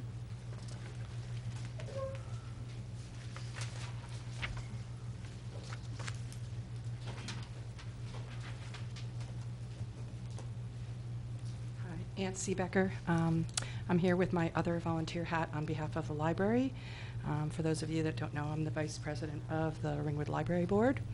And I just wanted to kind of make a pitch and first of all say that April saw the most visitors yet to the library, our all-time high of 4,300 about, which is awesome, but we still have only about a 50% rate of residents having a library card. So for those of you who don't have a library card, I'd like to say that, John's laughing. Do you not have a library card, John? Get We've over had the there. most amount of people that we've ever had, and now you're gonna yell at the slackers. I am. Because they're not reading. I mean, go at am, it, because, yeah, because, you you believe know, in we're on the upswing, so you want to join in the upswing. I hear you. No, it was a great month for visitors, and I think that's reflective of the strong staff we have now, a renewed Friends group, a terrific board all working together. We'll have some exciting news soon about the new director. And if you haven't been there in a while, people are appreciating, they are responding to everything we're doing at the library, but we can still do more. We have some financial challenges, and we're working on many ways with that. And I just want to encourage everybody, if you haven't been there in a while, join in the mass appreciation. You must get there too. Next month, let's make it 4,500. So I And just wanted to say. Could you Get talk to the new NASA program that's coming up? No. You don't know? Okay. I I can't. think it's very exciting. I know that they're going to be doing a lot of. Yeah. They are. It's part of the, stuff the down summer there. reading program and everything, yeah. Yeah, and so. it's for all ages. It's Mhm. not just for children. It's for everyone, That's and it's correct. going to be a representative from NASA coming to Ringwood to present. to the Another community. exciting thing happening at the library. So amazing. I just Doing think that great it's a stuff. real asset to the Yeah, town. I agree. I think that the staff now is very motivated. A lot of new progressive things that they're doing, a lot of creative ideas. If you haven't been there in a while, you'll see things like a jigsaw puzzle table and a lot more interactive things to draw people in. And it's obviously working, but anybody that hasn't been there in a while, come on over and see, because I think it's a real asset. I have to tell you that over the years, you might not believe this, but I get a lot of input from folks in town. You know, someone published my number someplace, but the library didn't used to be I didn't get the positive, glowing endorsements that I get today. I get so many great feedbacks of your new programs, and the change in the overall atmosphere in the Yeah. library is incredible. The people are noticing it and Oh, they're good. sharing that. And so you guys are Okay. doing a great job. Yay. Okay, that's it. Thank you. And I will say for the folks that aren't crossing the threshold or don't have the library card, it also unlocks a lot of digital assets too.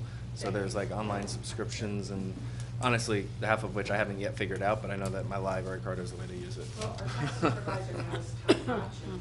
She does classes and she can help you figure out all that. I'm going to write a note, get library card. Thank you.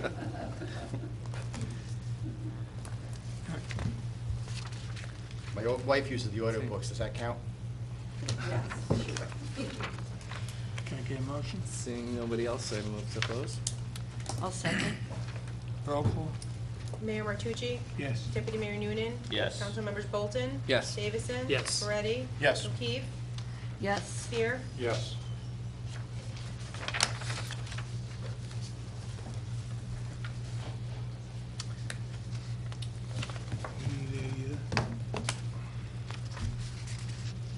You're going to do the members of the mayor and council first? Okay. Jim? Mayor, excuse me. Sure. Right.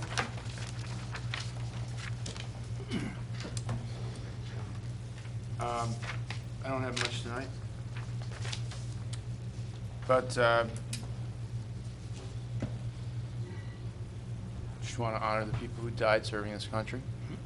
And I hope we all do that this weekend, not just have a beer and have fun. Look at the American flag and think about what it means to you. I did vote yes to the budget because I'd like to move business forward, but I don't agree with how we got there, as you know, and we've discussed at the last meetings.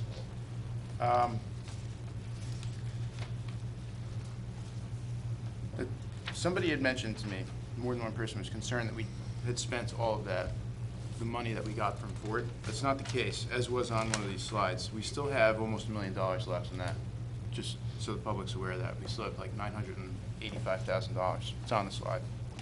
That's all I have though for tonight. Kathy? Yeah, I think we finally got our answer about what's going on with the Association of Addiction Treatment over at the convent, the former convent. It looks like they're never going to open. There was an They're being article They're recently. being purchased by another It was. rehab. Okay, my concern with the purchase of the other rehab is they're saying it's going to sell for $20 million. I have no idea. Well, my concern is they paid $6.5 million for it. We had it assessed at $5 million in 2016. We now have it assessed at $4.5 million. So our assessment's going down, but they're realizing a profit of $15 million in 5 years. So I read is the there a same- disconnect? I read the same article, and that's comments from a CEO of a company that stock is rather low. So I would not put a lot of stock in that until I see the actual real estate closing. But you do know who the purchaser is then? It doesn't say that in there. No, but our mayor just said it was being purchased by another addiction center? Yeah. Do you know which addiction center? Not at liberty to say right now. Okay. The other thing I wonder is, did this municipality ever do a title search on that property? Why would we do a title search? Well, I just wonder, Norman Green donated that property to the Catholic Order in 1924. I'm thinking he did that to preserve the property, to do something, and he was a very smart individual. Maybe he put something on that title that we should be aware of. Well, I would think that when American Addiction purchased it, they did a title search, and their lenders were obviously very interested in that title search and would not lend money, or they wouldn't purchase it without their title. They would have Okay, to get just title would- insurance, Yeah. so I would imagine if they carried a Would mortgage. we have one on file here, or would No, we have wouldn't seen have it? But you assume they'd be incentivized to make sure they have clear title and not make a huge investment, and then it falls apart because of some ancient old covenant in a deed. That would really be a real Legal mess for malpractice. somebody. That'd be a Yeah. disaster. Mhm. I'd still be curious to see it, because now that you mention it, like, I'm gonna reference it wrong, but there was something in Ringwood Manor in the setup where it's like the view couldn't be obstructed or disturbed, and that's how like the landscape has been preserved. So even if they, of course they did it as part of their transaction, but I'm wondering if there's any terms attached to it or covenants that we should be aware of, because maybe they're not gonna self-police and enforce, but it would be in the interest of our community to do so. I don't know how we would, I mean, we could do a title search on a piece of property, but I would think if there were restrictions and covenants on the property, growing up here, the church did lots of improvements to that, tore down lots of forests, did lots of work. I would assume that if in fact they could do that back then, they had clear title and they didn't have any restrictions, and I'm going back, I might be dating myself, but I've seen changes over the last 50 years there, so. To that end, why would we want to do that? Why would we want to find a covenant that might stop the sale of that property?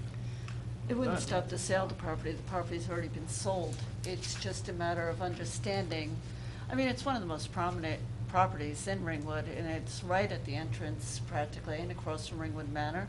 I think a lot of our residents are concerned that it's been an eyesore for the last 5 years, and now we know another addiction center is coming in, and this article says that addiction centers are doing terribly. So it is a concern, and I think you've heard residents come up here and say it's a concern what's happening with that property. And if you go over to Ringwood Manor and you look across, you see that eyesore, so it is something that has been a detriment to this community for over 5 years now. And yeah, I'm concerned about it, and I want to make sure that whatever's being done over there is finally done, and done in a responsible manner, instead of languishing for years and years as an eyesore for the rest of the community.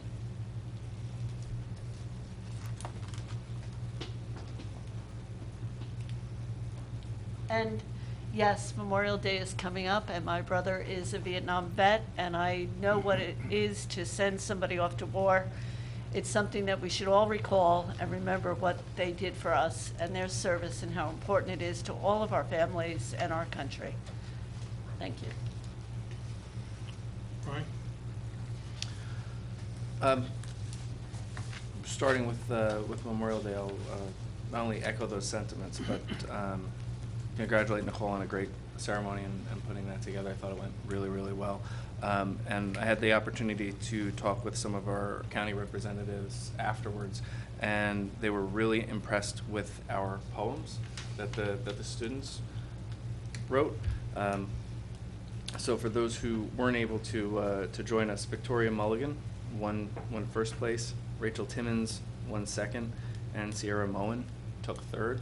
And they extended an invitation to join them for next Memorial Day ceremony at the beginning of May. They have something opening up armed services, and it's apparently a big deal. And they have music portions to the program, but they would love our winners to join them next year to read as part of that. So I wanted to pass that along, and hopefully they'd still be interested, not too shy of their work for next year's assembly. Speaking of children, something that I would ask our residents to be mindful of, and we obviously are not 100% of the traffic on Skyline Drive, possibly even a big percentage of it, depending upon the day. But as we travel back and forth, we all know that it's very difficult to get from one side of the street to the other, And we also know that it's difficult to make turns to get from one side to the other. And when the car in front of you is stopped, fight the urge to simply pull around and use that shoulder to speed along your way. We had an incident last week, or a near incident, with a school-aged child trying to cross the street that was not seen by cars going around. So whether it was a hit or a near miss, it's kind of moot to me. It doesn't really matter. I just encourage everybody to wait their turn and try not to pull around as we work through the longer process of addressing that concern. I know we have a lot of studies going on, and it's a big topic for us to try and fix that corridor in general, but there's only so much speed you can put behind something like that. So I just encourage people to actually wait the extra few seconds instead of pulling around, because you don't know what the car in front of you can see that you can't see when doing that. I also had the opportunity to participate as a resident with a number of other concerned residents at a forum at Lakeland High School regarding some concerning comments and graffiti on the school property.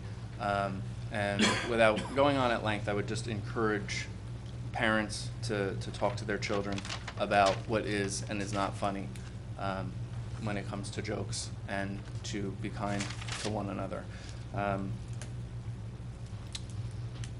With regards to the watershed moratorium, a quick follow-up question there. The payments, is that in addition to the property taxes that Newark pays to West Milford, and it's just that that property tax dollar amount is frozen in time and then the moratorium comes on top? I don't know that it's frozen. I do know that it is an offset to the losses from the But they still pay property taxes on the property? I believe that they do, yes. Okay. I just want to understand the parallels and pursue every avenue on that for sure. So Resolution 115, I had seen, and I'm sure many of you have also did, in an Assemblywoman Shapizi's newsletter, that she had sponsored an introduction of a wonderfully brief and plain text written bill, the moratorium on affordable housing litigation. So I would actually like to move that at this time. I'll second that. Roll call. Mayor Martucci? Yes. Deputy Mayor Noonan? Yes. Council members Bolton? Yes. Davison? Yes. Peretti? Yes. O'Keefe? Yes. Spear? Yes. And then before going into some additional comments, Mr. Klimek, I don't want to belabor a point, but the topic of alleged conflicts of interest has come up a few times this evening, and I do not want to be seen as not addressing questions from the public, but would you see any issue in me responding to those concerns, or should I table that for another? I would table it. I'm looking into it because of things that have just arisen, okay? So if you would, I would appreciate it. Okay, I can table that. I will say, regarding the abstention vote, when it comes to the community development block grant, it's a confusing scenario where I simply didn't see the need to table it for an extra meeting. So I'm not supportive of that concept of not dealing with it tonight, but I didn't want to vote no because I also wanted that extra meeting to happen so that we could move forward on it. So in my odd way, I was trying to be consistent with the way that I saw the issue. So that's why I abstained from that. And that's it. Thank you. Mrs. Spear? Yeah, just a couple things. That Highlands Tax Stabilization Board there, back in the day when they passed that Highlands Act, they told us that there was a poison pill in the Highlands Act and they wouldn't be able to collect the realty transfer fee if they didn't fully fund that Highlands Tax Stabilization Fund. And they quickly found out how fast that poison pill just got disappeared, and they ignored us and were sending us letters saying that your allocation for the calendar year is such and such, but there has been no appropriation in the budget, therefore you will not be getting any money. That's the kind of treatment we were getting from Trenton. So if we're gonna, reinstate that program, yeah, we might not, help might be a little further away than we think. With 5G, I'm kind of thinking that we've been down the road before. Because the first time around with cell towers, what happened is there was a lot of these concerns about electromagnetic radiation, et cetera, and so forth. The federal government came in and said, yes, local governments, local and state governments, you do have the right to somewhat regulate them. You may not deny them on the grounds of any kind of environmental concerns with regards to radio frequency emissions. And as long as the providers put FCC approved equipment out in the field, then you have no way of arguing with it. That's pretty much the law of the land. We should expect that when they have a new system, a new set of radio bands that they're working off of, they're going to do the same thing. They're going to preempt any type of local activity on it. And that actually does make sense if you're thinking about trying to roll out a national communication network. You really don't want to have small bands of people who are not on that band. We try to get all our emergency services, being able to talk to each other and such. It would be a mess if you have to use different radios on different, in different parts of town. And that's about it. And good job getting this meeting, almost over. Does look like a long one. Well, I'll be short. I just want to offer my thanks to all the Ringwood veterans that have done such a magnificent job for this country, and wish everybody a good week. Thank you. Sure. Deputy Mayor. I'd like to thank Scott, Debbie, and the rest of the Finance Committee for coming up with a budget. Painful times, but it also takes, it takes leadership and it takes hard decisions to put something like that together. I'd like to thank the fellow council people here who voted for it. Thank you. Quick note about the FAA. I do have some interaction with Lake Teterboro Airport. They haven't increased the size of the jets. It is one of the busiest corporate airports on planet Earth, actually. And I have noticed myself how the flight pattern seems to go over, but it seems to last a short thing and then they move it. They short thing and they move it. I think that's all part of that new gen thing. Near collisions, today's new technology, jets are flying closer than they ever have. And, we're stuck between Stewart, Newark, LaGuardia, Teterboro, Morristown, and JFK, so we're a pretty busy area. But let's see, what else here do I have? I do believe that in sitting here for over 7 years now with Mr. Heck, he does engage quite often our legislators and so forth. So I'd like to thank him for that. I've seen some things come out that surprised me. Water user tax. Anything that goes through Trenton is going to be a disaster, for one. Secondly, having grown up in West Milford, I remember my parents in the 1970s signing petitions about water user tax. And okay, it's 2019. I'm still waiting for that to happen. Okay. 5G. The idea with 5G is they don't want to put up new towers. They want to use existing structures. That's what they want to do. It's a much lower elevation. They actually are looking long-term to taking some of the existing towers down eventually as the 5G network increases. It's more of an array where there's multiple towers because they've learned through certain events, like hurricanes and so forth, that if one tower goes down, they lose an entire area. Okay?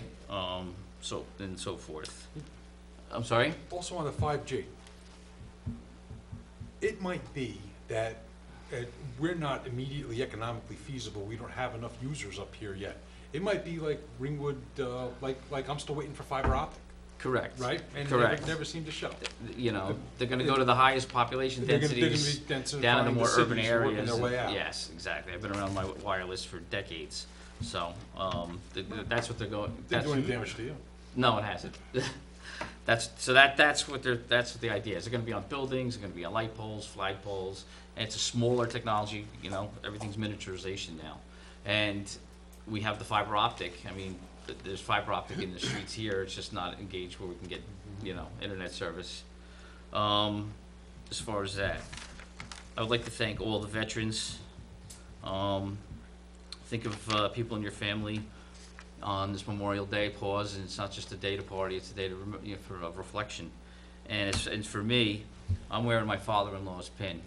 It says "Faithful Service" on it. It's a Ringwood pin that was given to him about 30 years ago when he sat on this council and was also mayor and deputy mayor. And I especially put it on for tonight, just for that reason, to remember him for Memorial Day. That's all I have. Thank you. Mayor, I'll be really, really brief with a couple responses.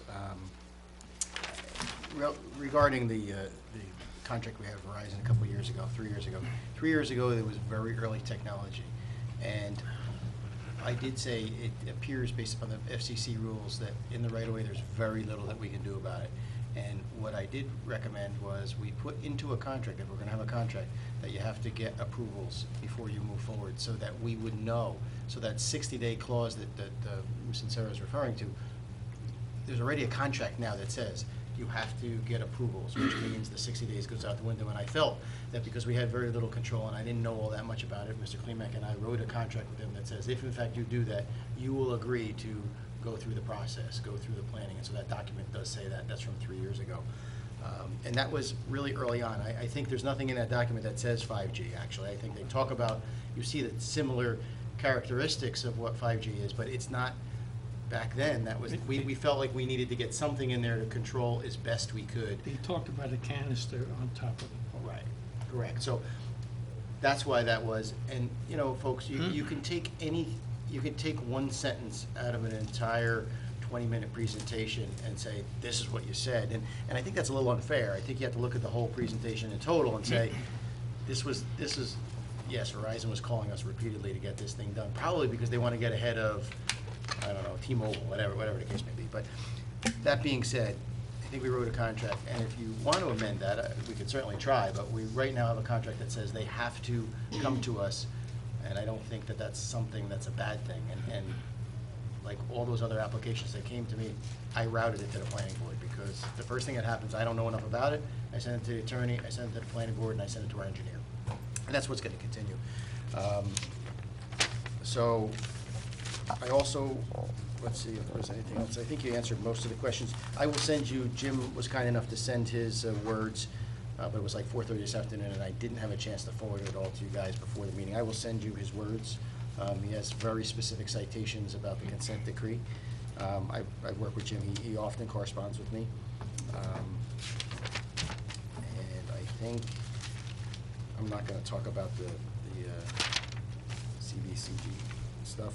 That letter came to us in April. As soon as I got it, I sent it to you guys, so it wasn't really February. And the only other thing that I want to update you on, two things really quickly, and then I promise I'll be done. I met with Passaic County. As I told most of you folks, I did not apply for the Passaic County Open Space Grant. We felt, I met with the county, I met with the administrator, I met with the planning division. We felt that we'd be far better off to design it, plan it, get the permits. It wouldn't slow us down at all. I met with them again last Friday, I believe, and we're moving forward on the bike plan on Erskine Road and Skyline Drive at this point. So they've offered to do the designing and the planning and work with us. Jeff met me down there as well. So that's in the works. And I'm going to be really brief on the grant application. I hired Princeton Hydro to write bid specifications for us. I expect to have those mid next week, and I'm moving forward on that particular project.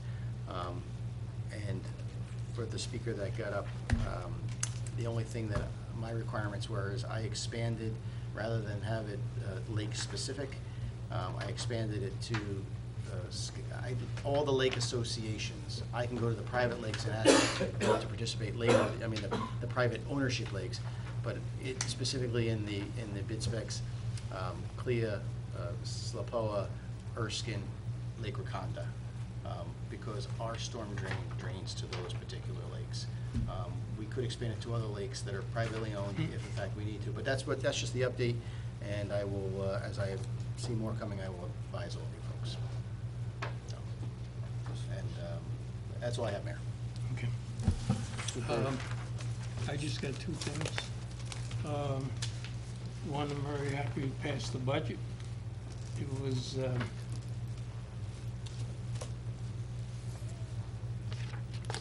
work of love, kind of. And also, in Skyline Lakes, when you come into Skyline Lakes, there's a triangle with a big tree.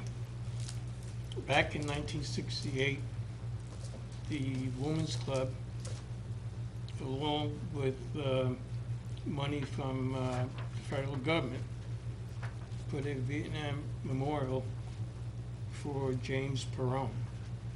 And there's a memorial site there. The little tree is now grown into a big tree. Unfortunately, it is a memorial site. One of the only residents, I believe, that was from Ringwood that was killed in Vietnam. And, you know, real estate has put their open house signs on it, but it is a memorial site that's maintained as flag, a POW, and there's occasional flowers. So if you ever walk around Skyline Lakes, stop by and take a look. And that's all I got. And slow down while you're driving out there.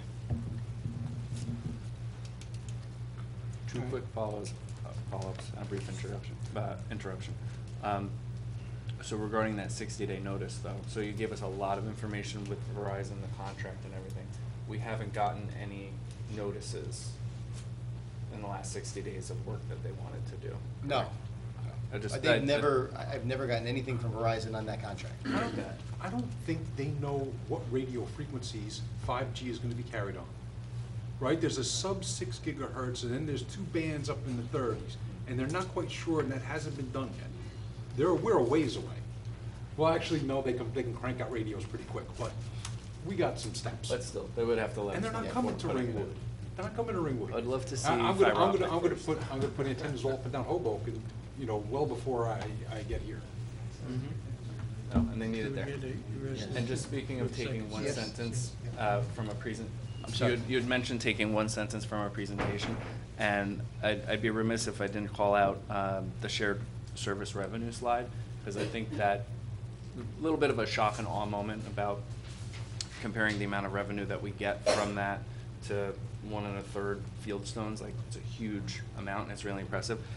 And I don't want to gloss over the fact that that's on the back of our employees, including Debbie, Mike Hefner. They're doing extra work, extra stress in order to bring that money in. So I didn't want to gloss over that, and I wanted to thank them for that, because I think we all kind of ooh and odd at the impact to the budget, but forgot the sweat that goes into that. So I wanted to thank them. Yeah, and I couldn't do this budget without Debbie. And Debbie, she's probably praying that I take a vacation soon, because we talk nights, weekends, crazy. I have a crazy thought in the middle of the night, and she gets a call. And yeah, so that would not be possible without the efforts that Debbie and Jackie, who does all the computer stuff. So I appreciate it. Couldn't do it without you. Okay. All right, ready for executive session? Yes. Okay, resolve that the municipal council enter into executive session to discuss the following matters: a litigation matter, Toll versus Kelly Halowitz / Borough of Ringwood, and secondly, contractual collective bargaining matter regarding local PBA 247.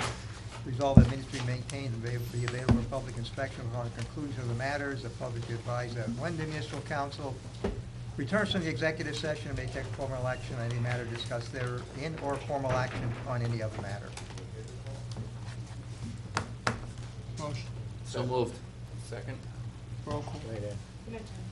Mayor Martucci? Yes. Deputy Mayor Noonan? Yes. Councilmembers Bolton? Yes. Davison? Yes. Moretti? Yes. O'Keefe? Yes. Spear? Yes.